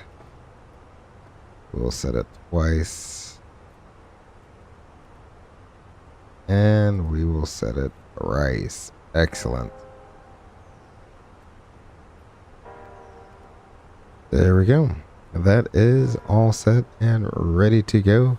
We are buzzing along 80 miles to our top of descent. We are cooking with Crisco now.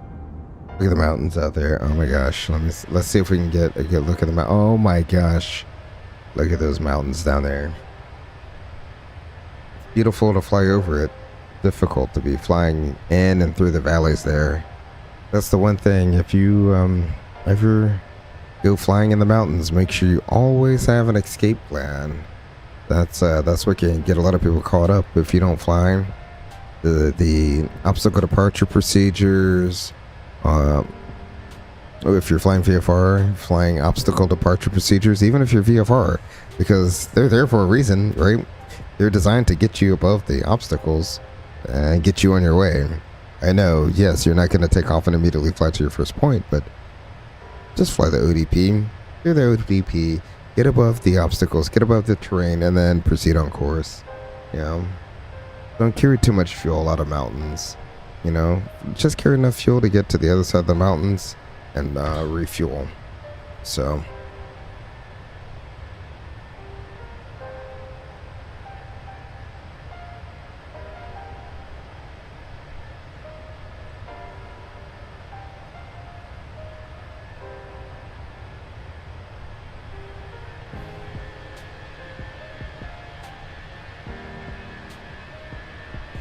absolutely gorgeous.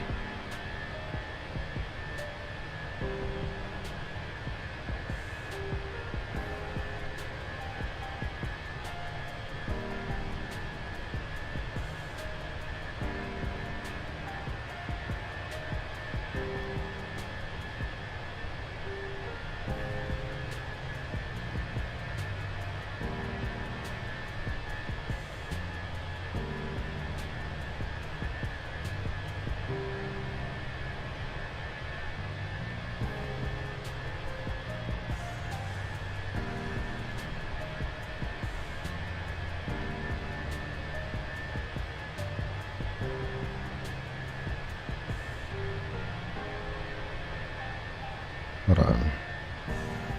It looks like... Oh.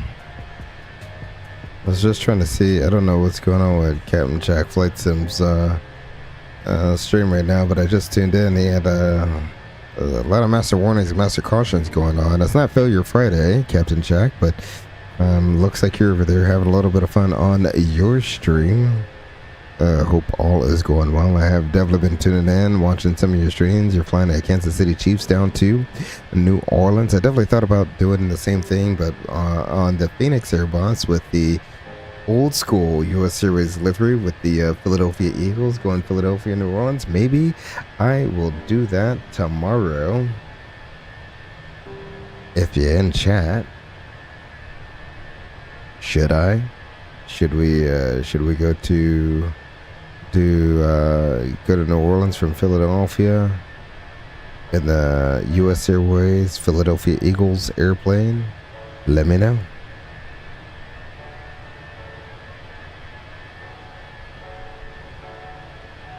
But it definitely looks like he's having a little bit of fun over there. Hold on, let me see what's going on over there.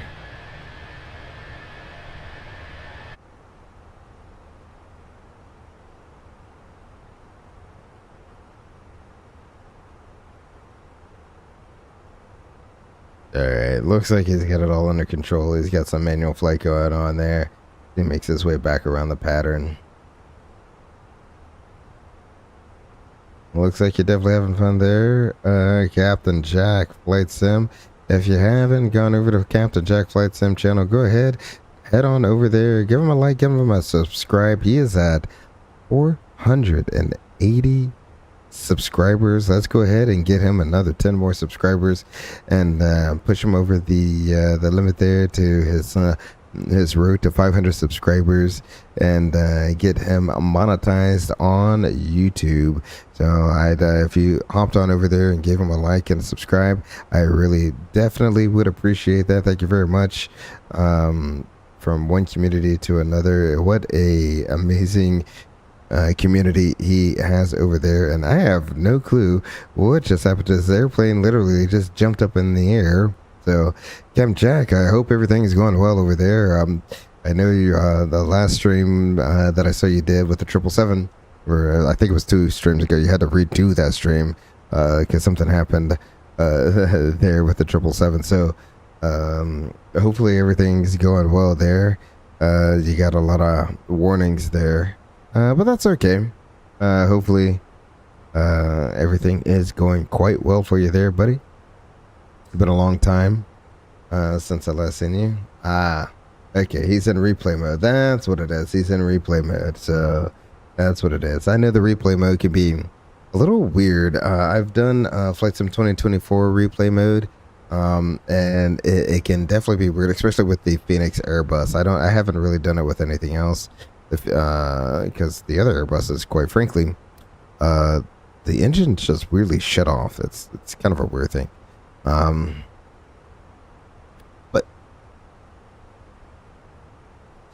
there you go. We are quickly approaching our top of descent. What I'm gonna go ahead and do is I'm gonna tighten up these restrictions now.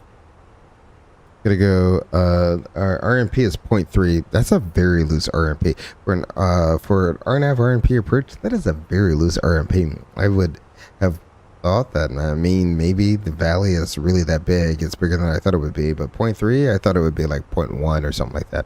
But, either way. So we'll do a 0.3 restriction here. There we go. So we got 0.3. We're actually doing 0.3, so that's good. So RNAV, I'm gonna hard tune the Missoula VOR MSO. We're already receiving it, so that's good. That's a progress. Yep, we did that performance approach page. Let's go ahead and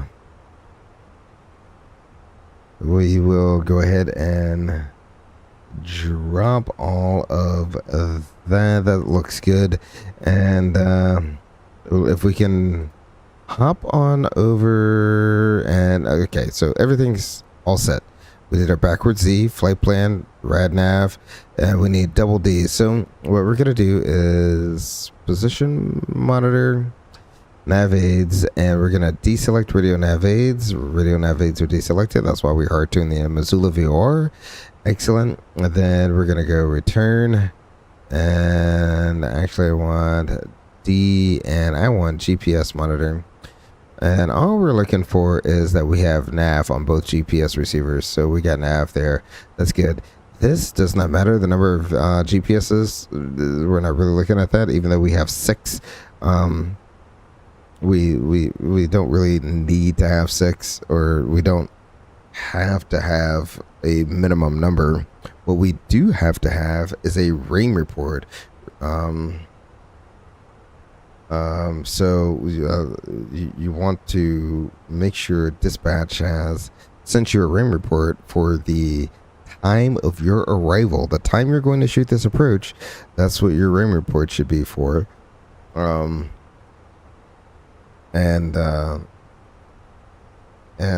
will make you legal to do the approach, because the rain report is just predicting the number of GPS satellites that are going to be overhead at the time that you're going to start the approach.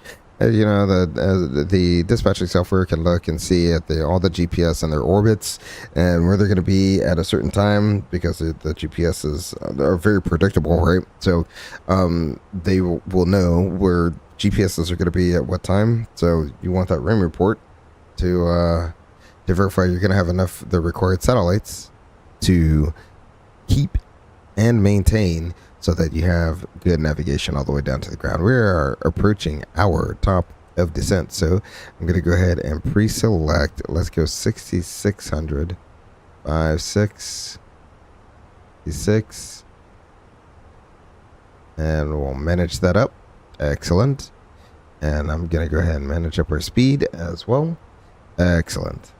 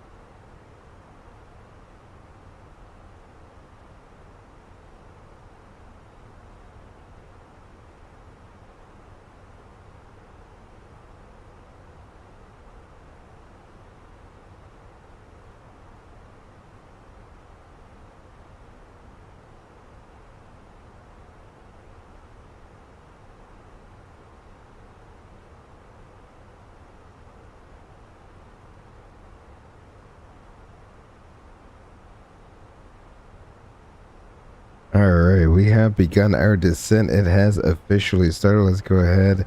I'm going to bring back the music just a little bit there. It was getting into the last little bit of Captain Jack Flight Sim channel there.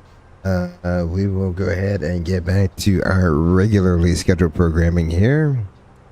Let's see. Oh yeah, that's a weird thing, but we're gonna just round out this U-turn here.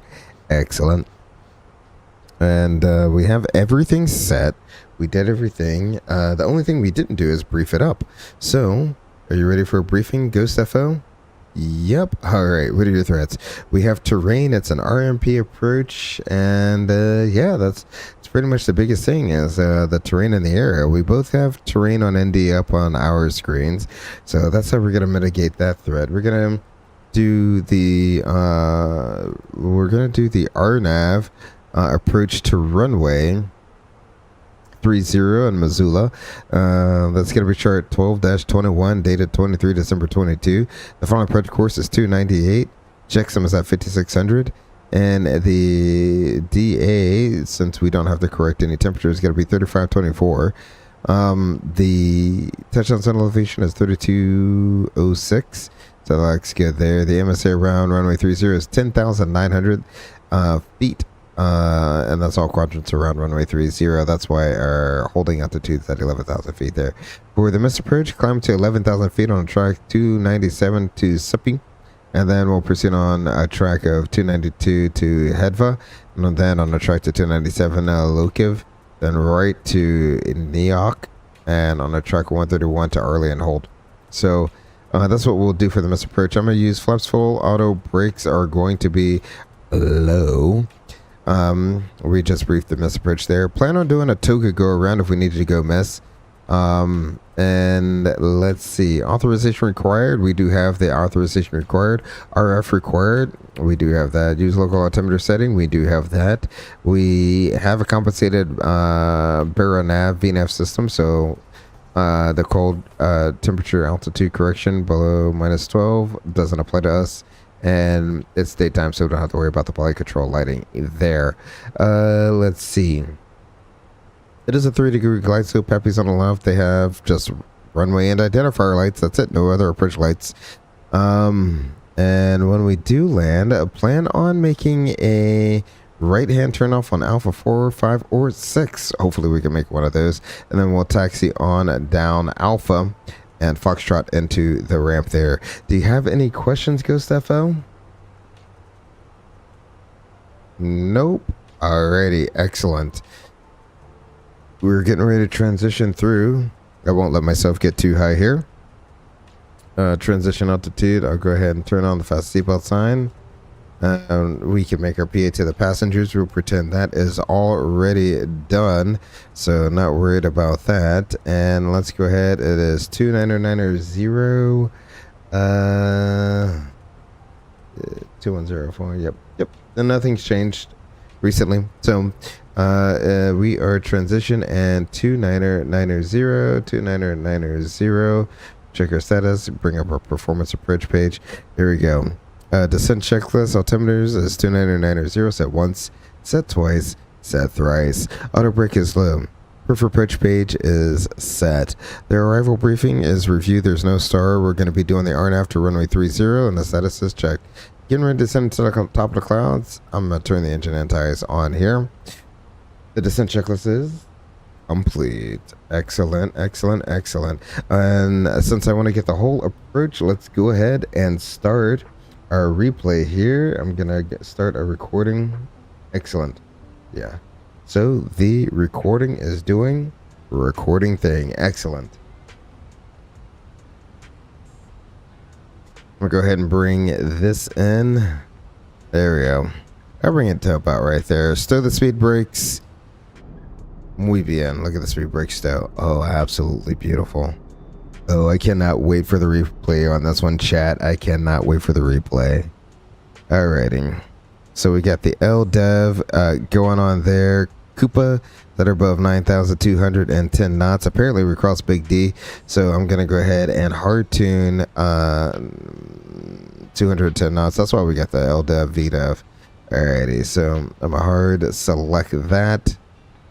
Radio nav is deselected. Thank you for the reminder. I'm going to put performance up over there, and I will put the flight plan up over here. we'll go ahead and slow it down to 210 knots.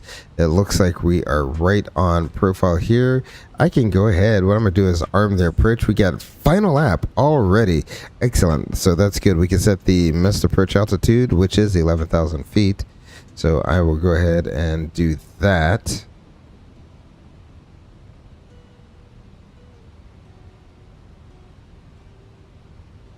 There we go. Missed approach altitude is set. I'm going to go ahead and get rid of the in-flight entertainment there. Thank you very much. I really do appreciate it. Why did I get a triple click? It makes no sense. Oh, okay. It can't keep going down. That's why. All right. Excellent. So we will, whenever you hear triple click, always look at your FMA. Why did you just triple click at me?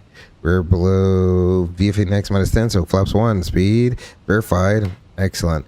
You see how this is pushing us right on the edge of our limit here with our flap speeds. Alright, so flaps are coming out, or slats are coming out at least. Go ahead and bring in a little bit of speed brake there. So remember, these are just max speeds. If we really want to, we can slow down well ahead of all of these turns. So right now, I'm not going to bring it below 210 knots. As we get a little bit lower, I'll bring it in, probably the closer we get. So you eject some inbound, we have to be fully configured. I'm probably going to actually start configuring at Tuffy or just outside of seabed, one of the two. But at eject some inbound, you have to be fully configured for the approach. No ifs, ands, or buts, because to make that left-hand turn arc, you need to be below a certain speed, and to do it. So that's why we want to be fully configured before the final approach path. I know a lot of times on an ILS you can sneak away with getting configured 5 miles out, but not on this. You need to be gear down, flaps full before you get to checksum, or else you're not legal to make your turn around that last arc there. So we're in the arc. Look at this. Oh my gosh. Descending down. There's the chat. There's the valley we're descending down into. So we're coming down. You got the mountains here. We're descending down into this valley right here. We're going to end up going that way. Absolutely beautiful, chat. Once I know we're below the clouds, I'll turn the engine anti-ice off. But right now I'm going to leave the engine anti-ice on until I know we're going to be out of icing conditions completely. Not picking any airframe icing up. I wouldn't expect to. In fact, I'm pretty sure I have that turned off because the flight simulator tends to overdo it with the airframe icing. Like, rarely do I actually get airframe icing. Have I gotten airframe icing coming in here? Look at this. Oh my gosh, absolutely beautiful.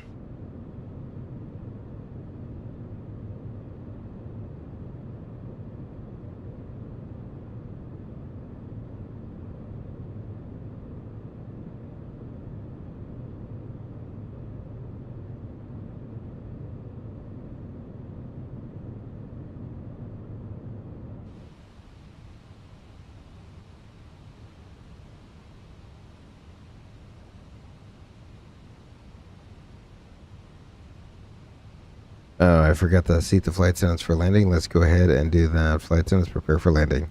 It should have been a few thousand more feet ago, but that's okay. I'm going to go ahead and get all the lights turned on.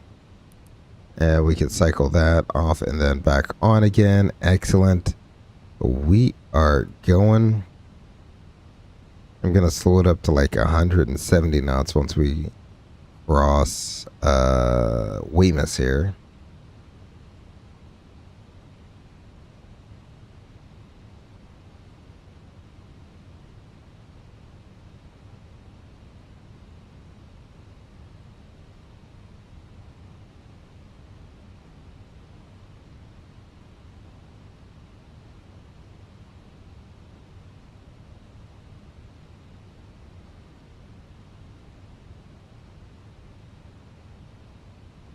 Alright, there is a Weymouth. Let's go ahead and slow you down to 170. Again, there's no rush to go fast on this because, like I said, at checksum, you need to be down, fully configured, ready to rock, or else you're not legal to shoot this approach.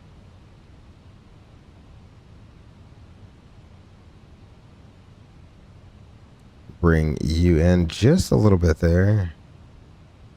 All right. Yep. There we go. They're above 6,600. So we're fully believing in the capabilities of the aircraft right now. It's crossing these like really above the restrictions, but I'm not mad about it. It's crossing well above it's at or above, right? So, you know, the computer's drawn out its line. It's got the final app. So we are at the next characteristic speed. How heavy are we?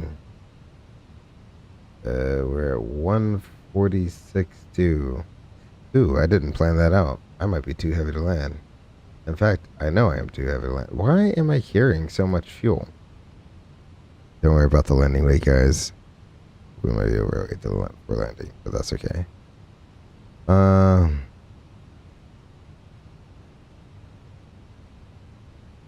Flaps 2 speed verified.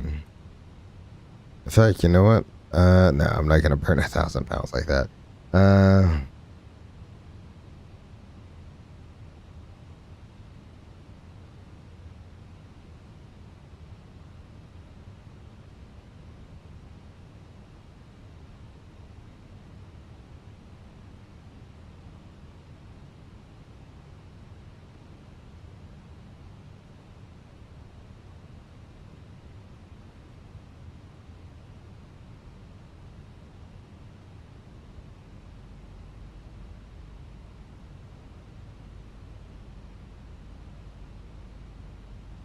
Yeah, no, we're burning an additional 500 pounds, but let's go ahead and do it.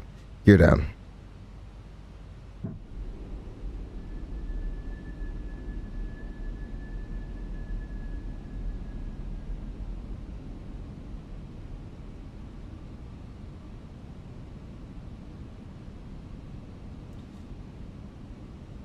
That's the other reason why you want to make sure you stick to the flight plan. So I may have gone too fast with the tailwind.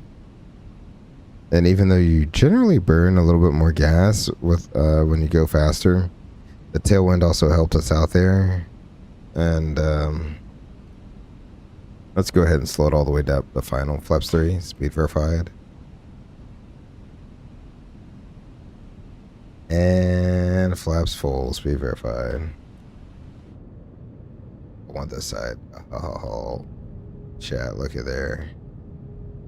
Right down the valley. This is taking us right down the valley.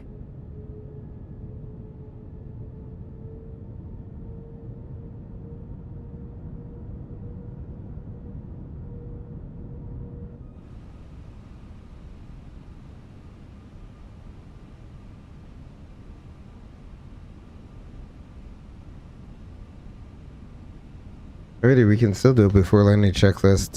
Let's see. Did I do? No, descent checklist, altimeters, 299.0, auto brake is low, preferred approach page is set. Arrival briefing, yeah, I did, because I said no star. We'll be doing that right now, 30. Status is checked. Altimeters, for the before landing checklist altimeters, 299.0, we got 6,500. Engine mode is norm. Landing gear is down and 3 green. We're holding for the ECAM memo. I can turn the engine anti-ice off because we are out of the clouds. That is good. Excellent. Look at this turn. We're coming over the city here in Missoula. Absolutely beautiful.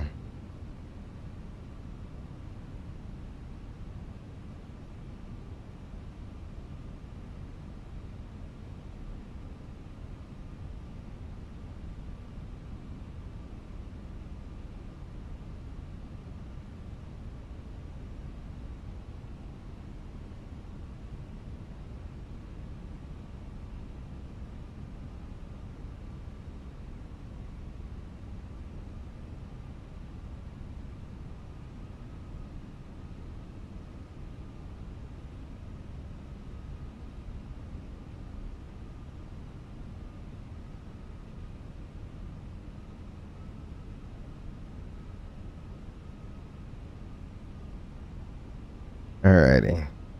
I will probably disconnect the autopilot after we roll out here on final.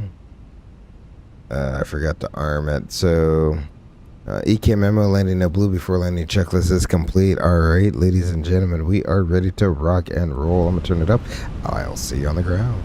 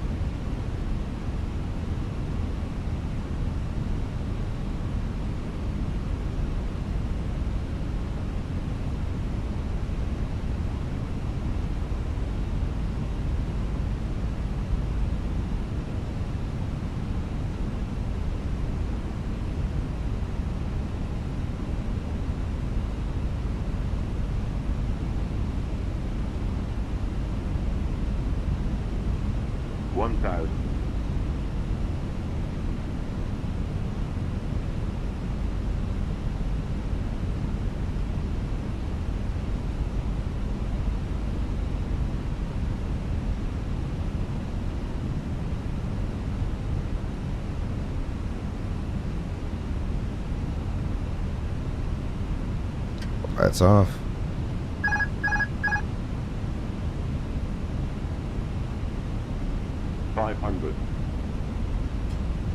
Stable target sync. 9. Clear to land.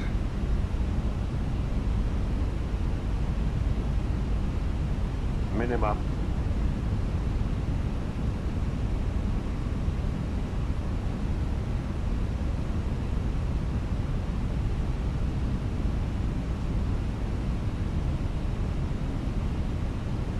$100. 50, 40, 30, 20, retard, 5.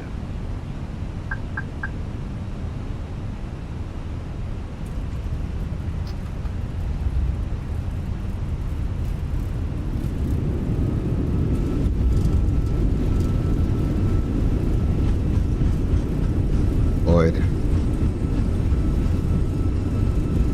80.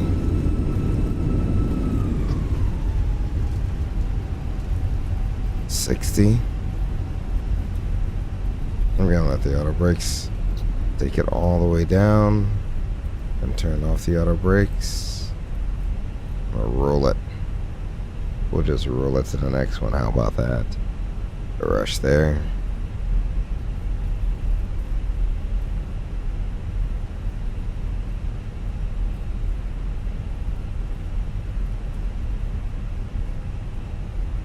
Gently start applying the brakes to get us down to taxi speed.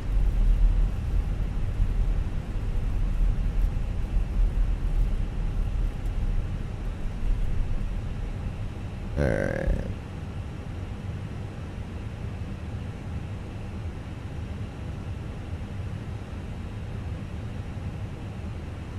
There we go, ladies and gentlemen. Welcome to Missoula, Montana, with an absolutely beautiful RNAV RNP approach into this runway. We literally went full circle from over the airport all the way back in, down the valley, and back around again. Let's go ahead and go. Flaps up.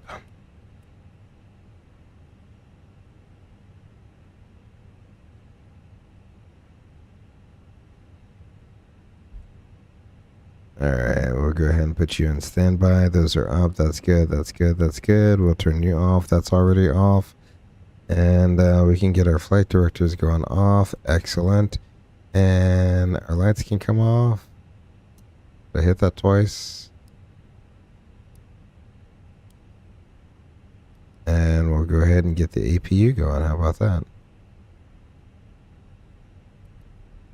Excellent, excellent, excellent. There we go. Thanks to FSLTO, there is actually one other airplane here. Other than that, I mean, there's not really anyone else flying into here. I think I'm going to go ahead and log off of the VATSIM services at this time. Since literally no one is on, I'll go ahead and disconnect from there. Thank you for your service. I really do appreciate that. And I can put you back in auto now that I'm offline. Sweet deal. APU is coming online. I heard the start engage there.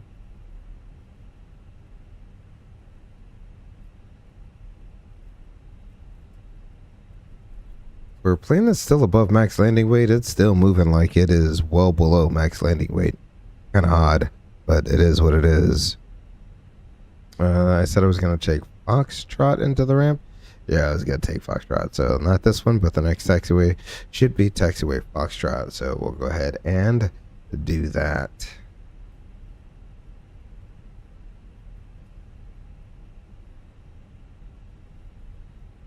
Go ahead and begin slowing down.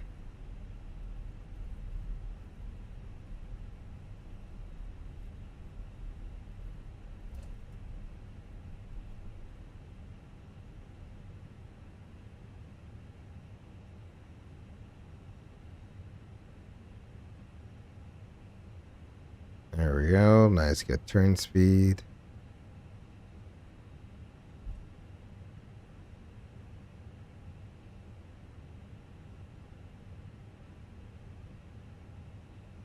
We'll park by our company down there. So we got Foxtrot, take a right to the apron.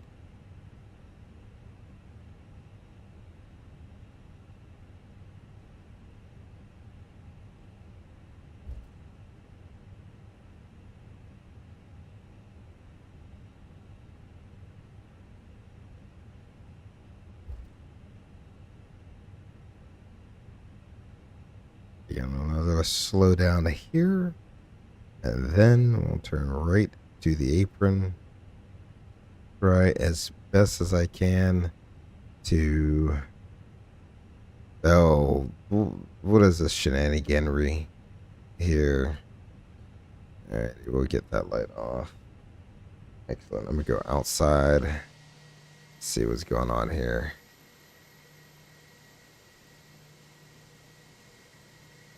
Buses always be trying to be in the way. All right, so we'll park right beside our company here, the FSLTO company. It ain't got no chip bridge, but it is what it is. Welcome to Flight Simulator.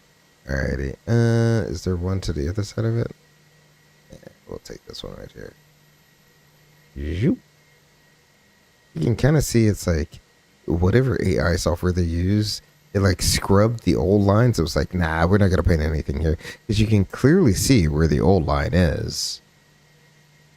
Like this is where the line from the satellite photo that they use. But they said, I don't know if it's like disagreement with like Bing Maps or whatever. Or whoever it is that they use. I think it's Bing. But like they scrub all of this information. And then you're just left with out of sync stuff. So I don't know. That's weird. Alrighty, so we'll park it there and call it a day. There we go, ladies and gentlemen. Welcome to Missoula, Montana. Alrighty. I don't like to shut down the engines once we get there. I don't like to deplane. I like to go right into the replay. So let's go ahead. We can pause the replay or stop the replay, not pause it. We want to stop the replay and then load it. There we go. It is stopped. We will load said replay and let's go ahead and hit the play button there. Excellent. There we go. It's going to do its thing. It's going to freak out for a minute. But before it gets a chance to do any of that stuff, let's go ahead and...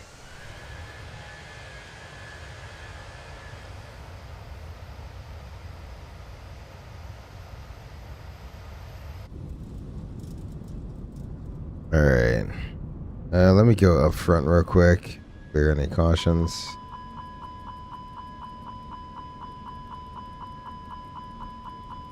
Yeah, okay.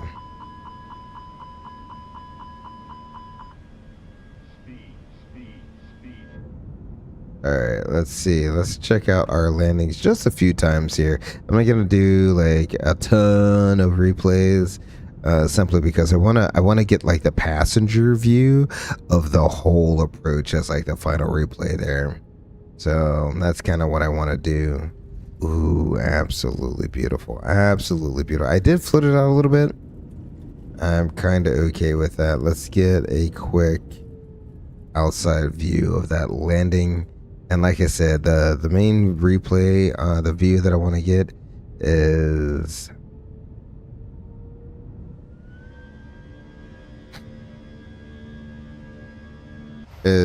of the whole approach. I want to see the whole approach from the passenger perspective. I think I'm gonna do it out of this side since our last turn is right over the city.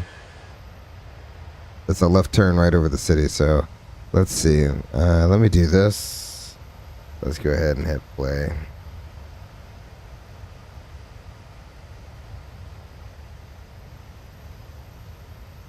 Yeah, so I did float it out a little bit. I should have brought the power out a little bit more and not as flared. I flared it a little bit too much. You see, I kind of held it. I just waited for it to settle. Oh my gosh. Still so good. The Airbus is such a good airplane to land. Like, you can do no wrong with the Airbus when you land. It is so forgiving. Absolutely forgiving. Alright, so we got... I mean, I got spoiler deployment there. Alright, so I'm already down. Let's see. Let's go ahead and we will disconnect this camera from lock mode. There we go. I am going to... Where are you? Coming in, I hope. We're way out there. We're over final. Which mountains do I want in the background? That one? I don't want these mountains. Oh, I want those mountains in the background for sure. All right. Oh, coming in. Looking good. I may have gone too far back in the replay mode there.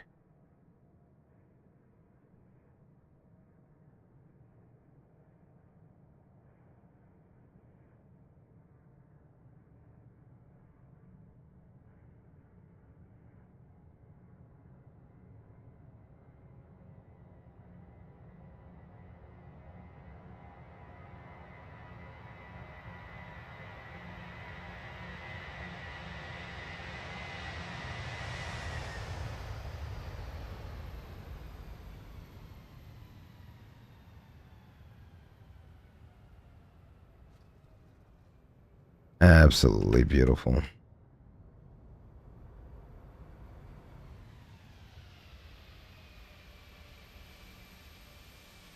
All right, we'll lock this camera back up again. And then let's go inside for the last replay. I'm going to go ahead and it's going to get crazy here for a second. That's okay. Yeah, this is the view that I want for the final replay here.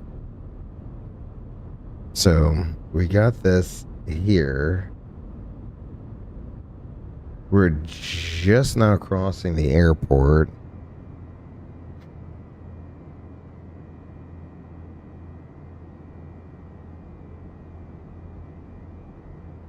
There we go. Let me go back up front. Do I need to rearm anything? Nope. All I need to do is turn that off. And I'll clear these. Clear that. And okay, I don't mind that. I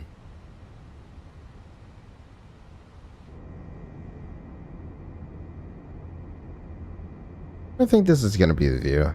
I'm pretty sure this is going to be the view. Let's go ahead and get ourselves below the clouds here. There we go. We shall start the replay from there. This is absolutely a beautiful approach in here. What a beautiful day to do it in. It is VFR conditions throughout the entire thing. Absolutely love it. Glad that it was so beautiful, because I was looking at the forecast and they were forecasting some snow showers to pass through the area, but from the looks of it, doesn't look like that happened tonight. So glad that Missoula worked out so well. Sorry, Max Racing, that we didn't come into Palm Springs tonight. Hopefully over the weekend you got to get your cross country in. I really do. Or not your cross country, your solo. I really do hope you got to do your solo. I know how funny the weather can be.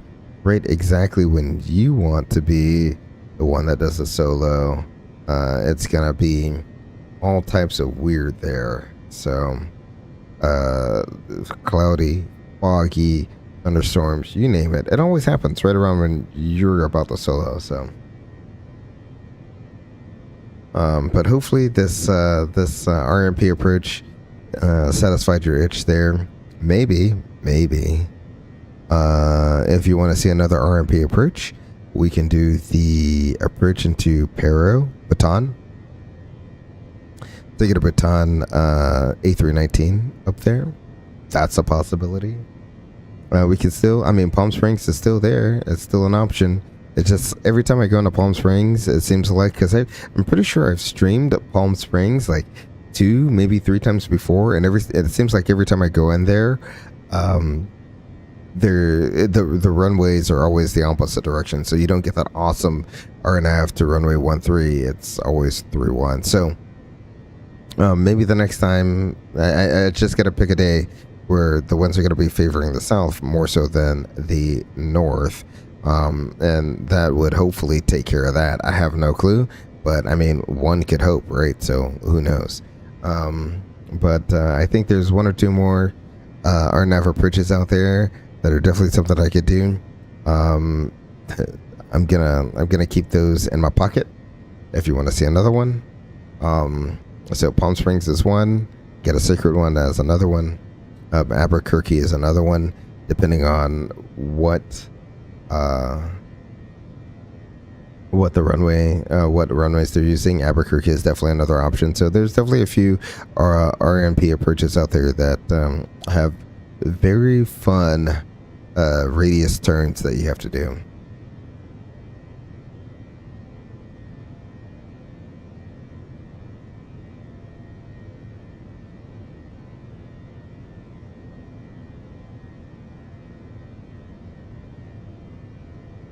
Man, I can't believe I was dragging. Well, I hadn't dropped the gear yet, but I needed to drop the gear as I was dragging it in for quite some time there.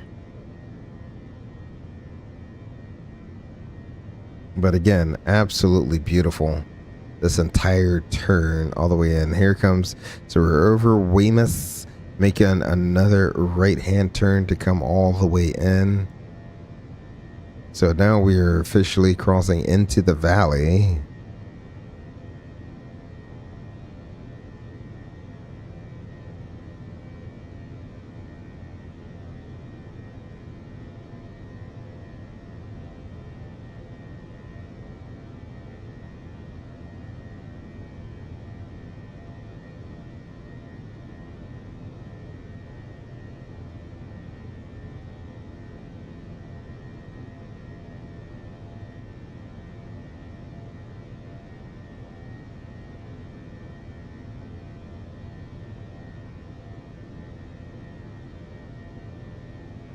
Absolutely beautiful. Very rural, it seems like. at least in this area of Missoula, you see like a lot of rural neighborhoods. I mean, if you can call them neighborhoods. Lots of large plots of land down there. Definitely the type of land I would love to have one of these days. I'm gonna get my 1,000 acres, 100 acres, 100 acres, whatever it is. You know, Uncle Sam, definitely would like my 100 acres, please. Thank you.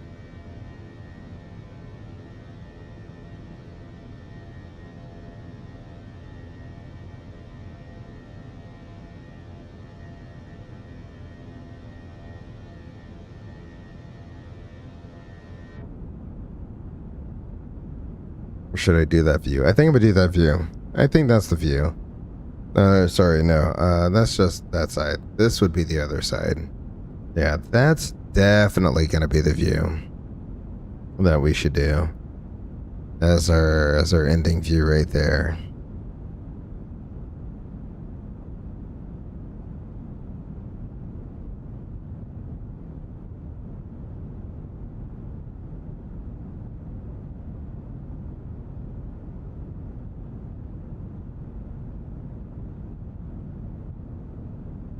The mountains in the background. Oh my gosh, absolutely beautiful. I hope one day I get to fly in here in real life. Maybe we get to take the 321 in here. I would like to do some, there we go. I think now I'm getting ready to drop the gear and bring everything in to try to drag out everything as much as possible.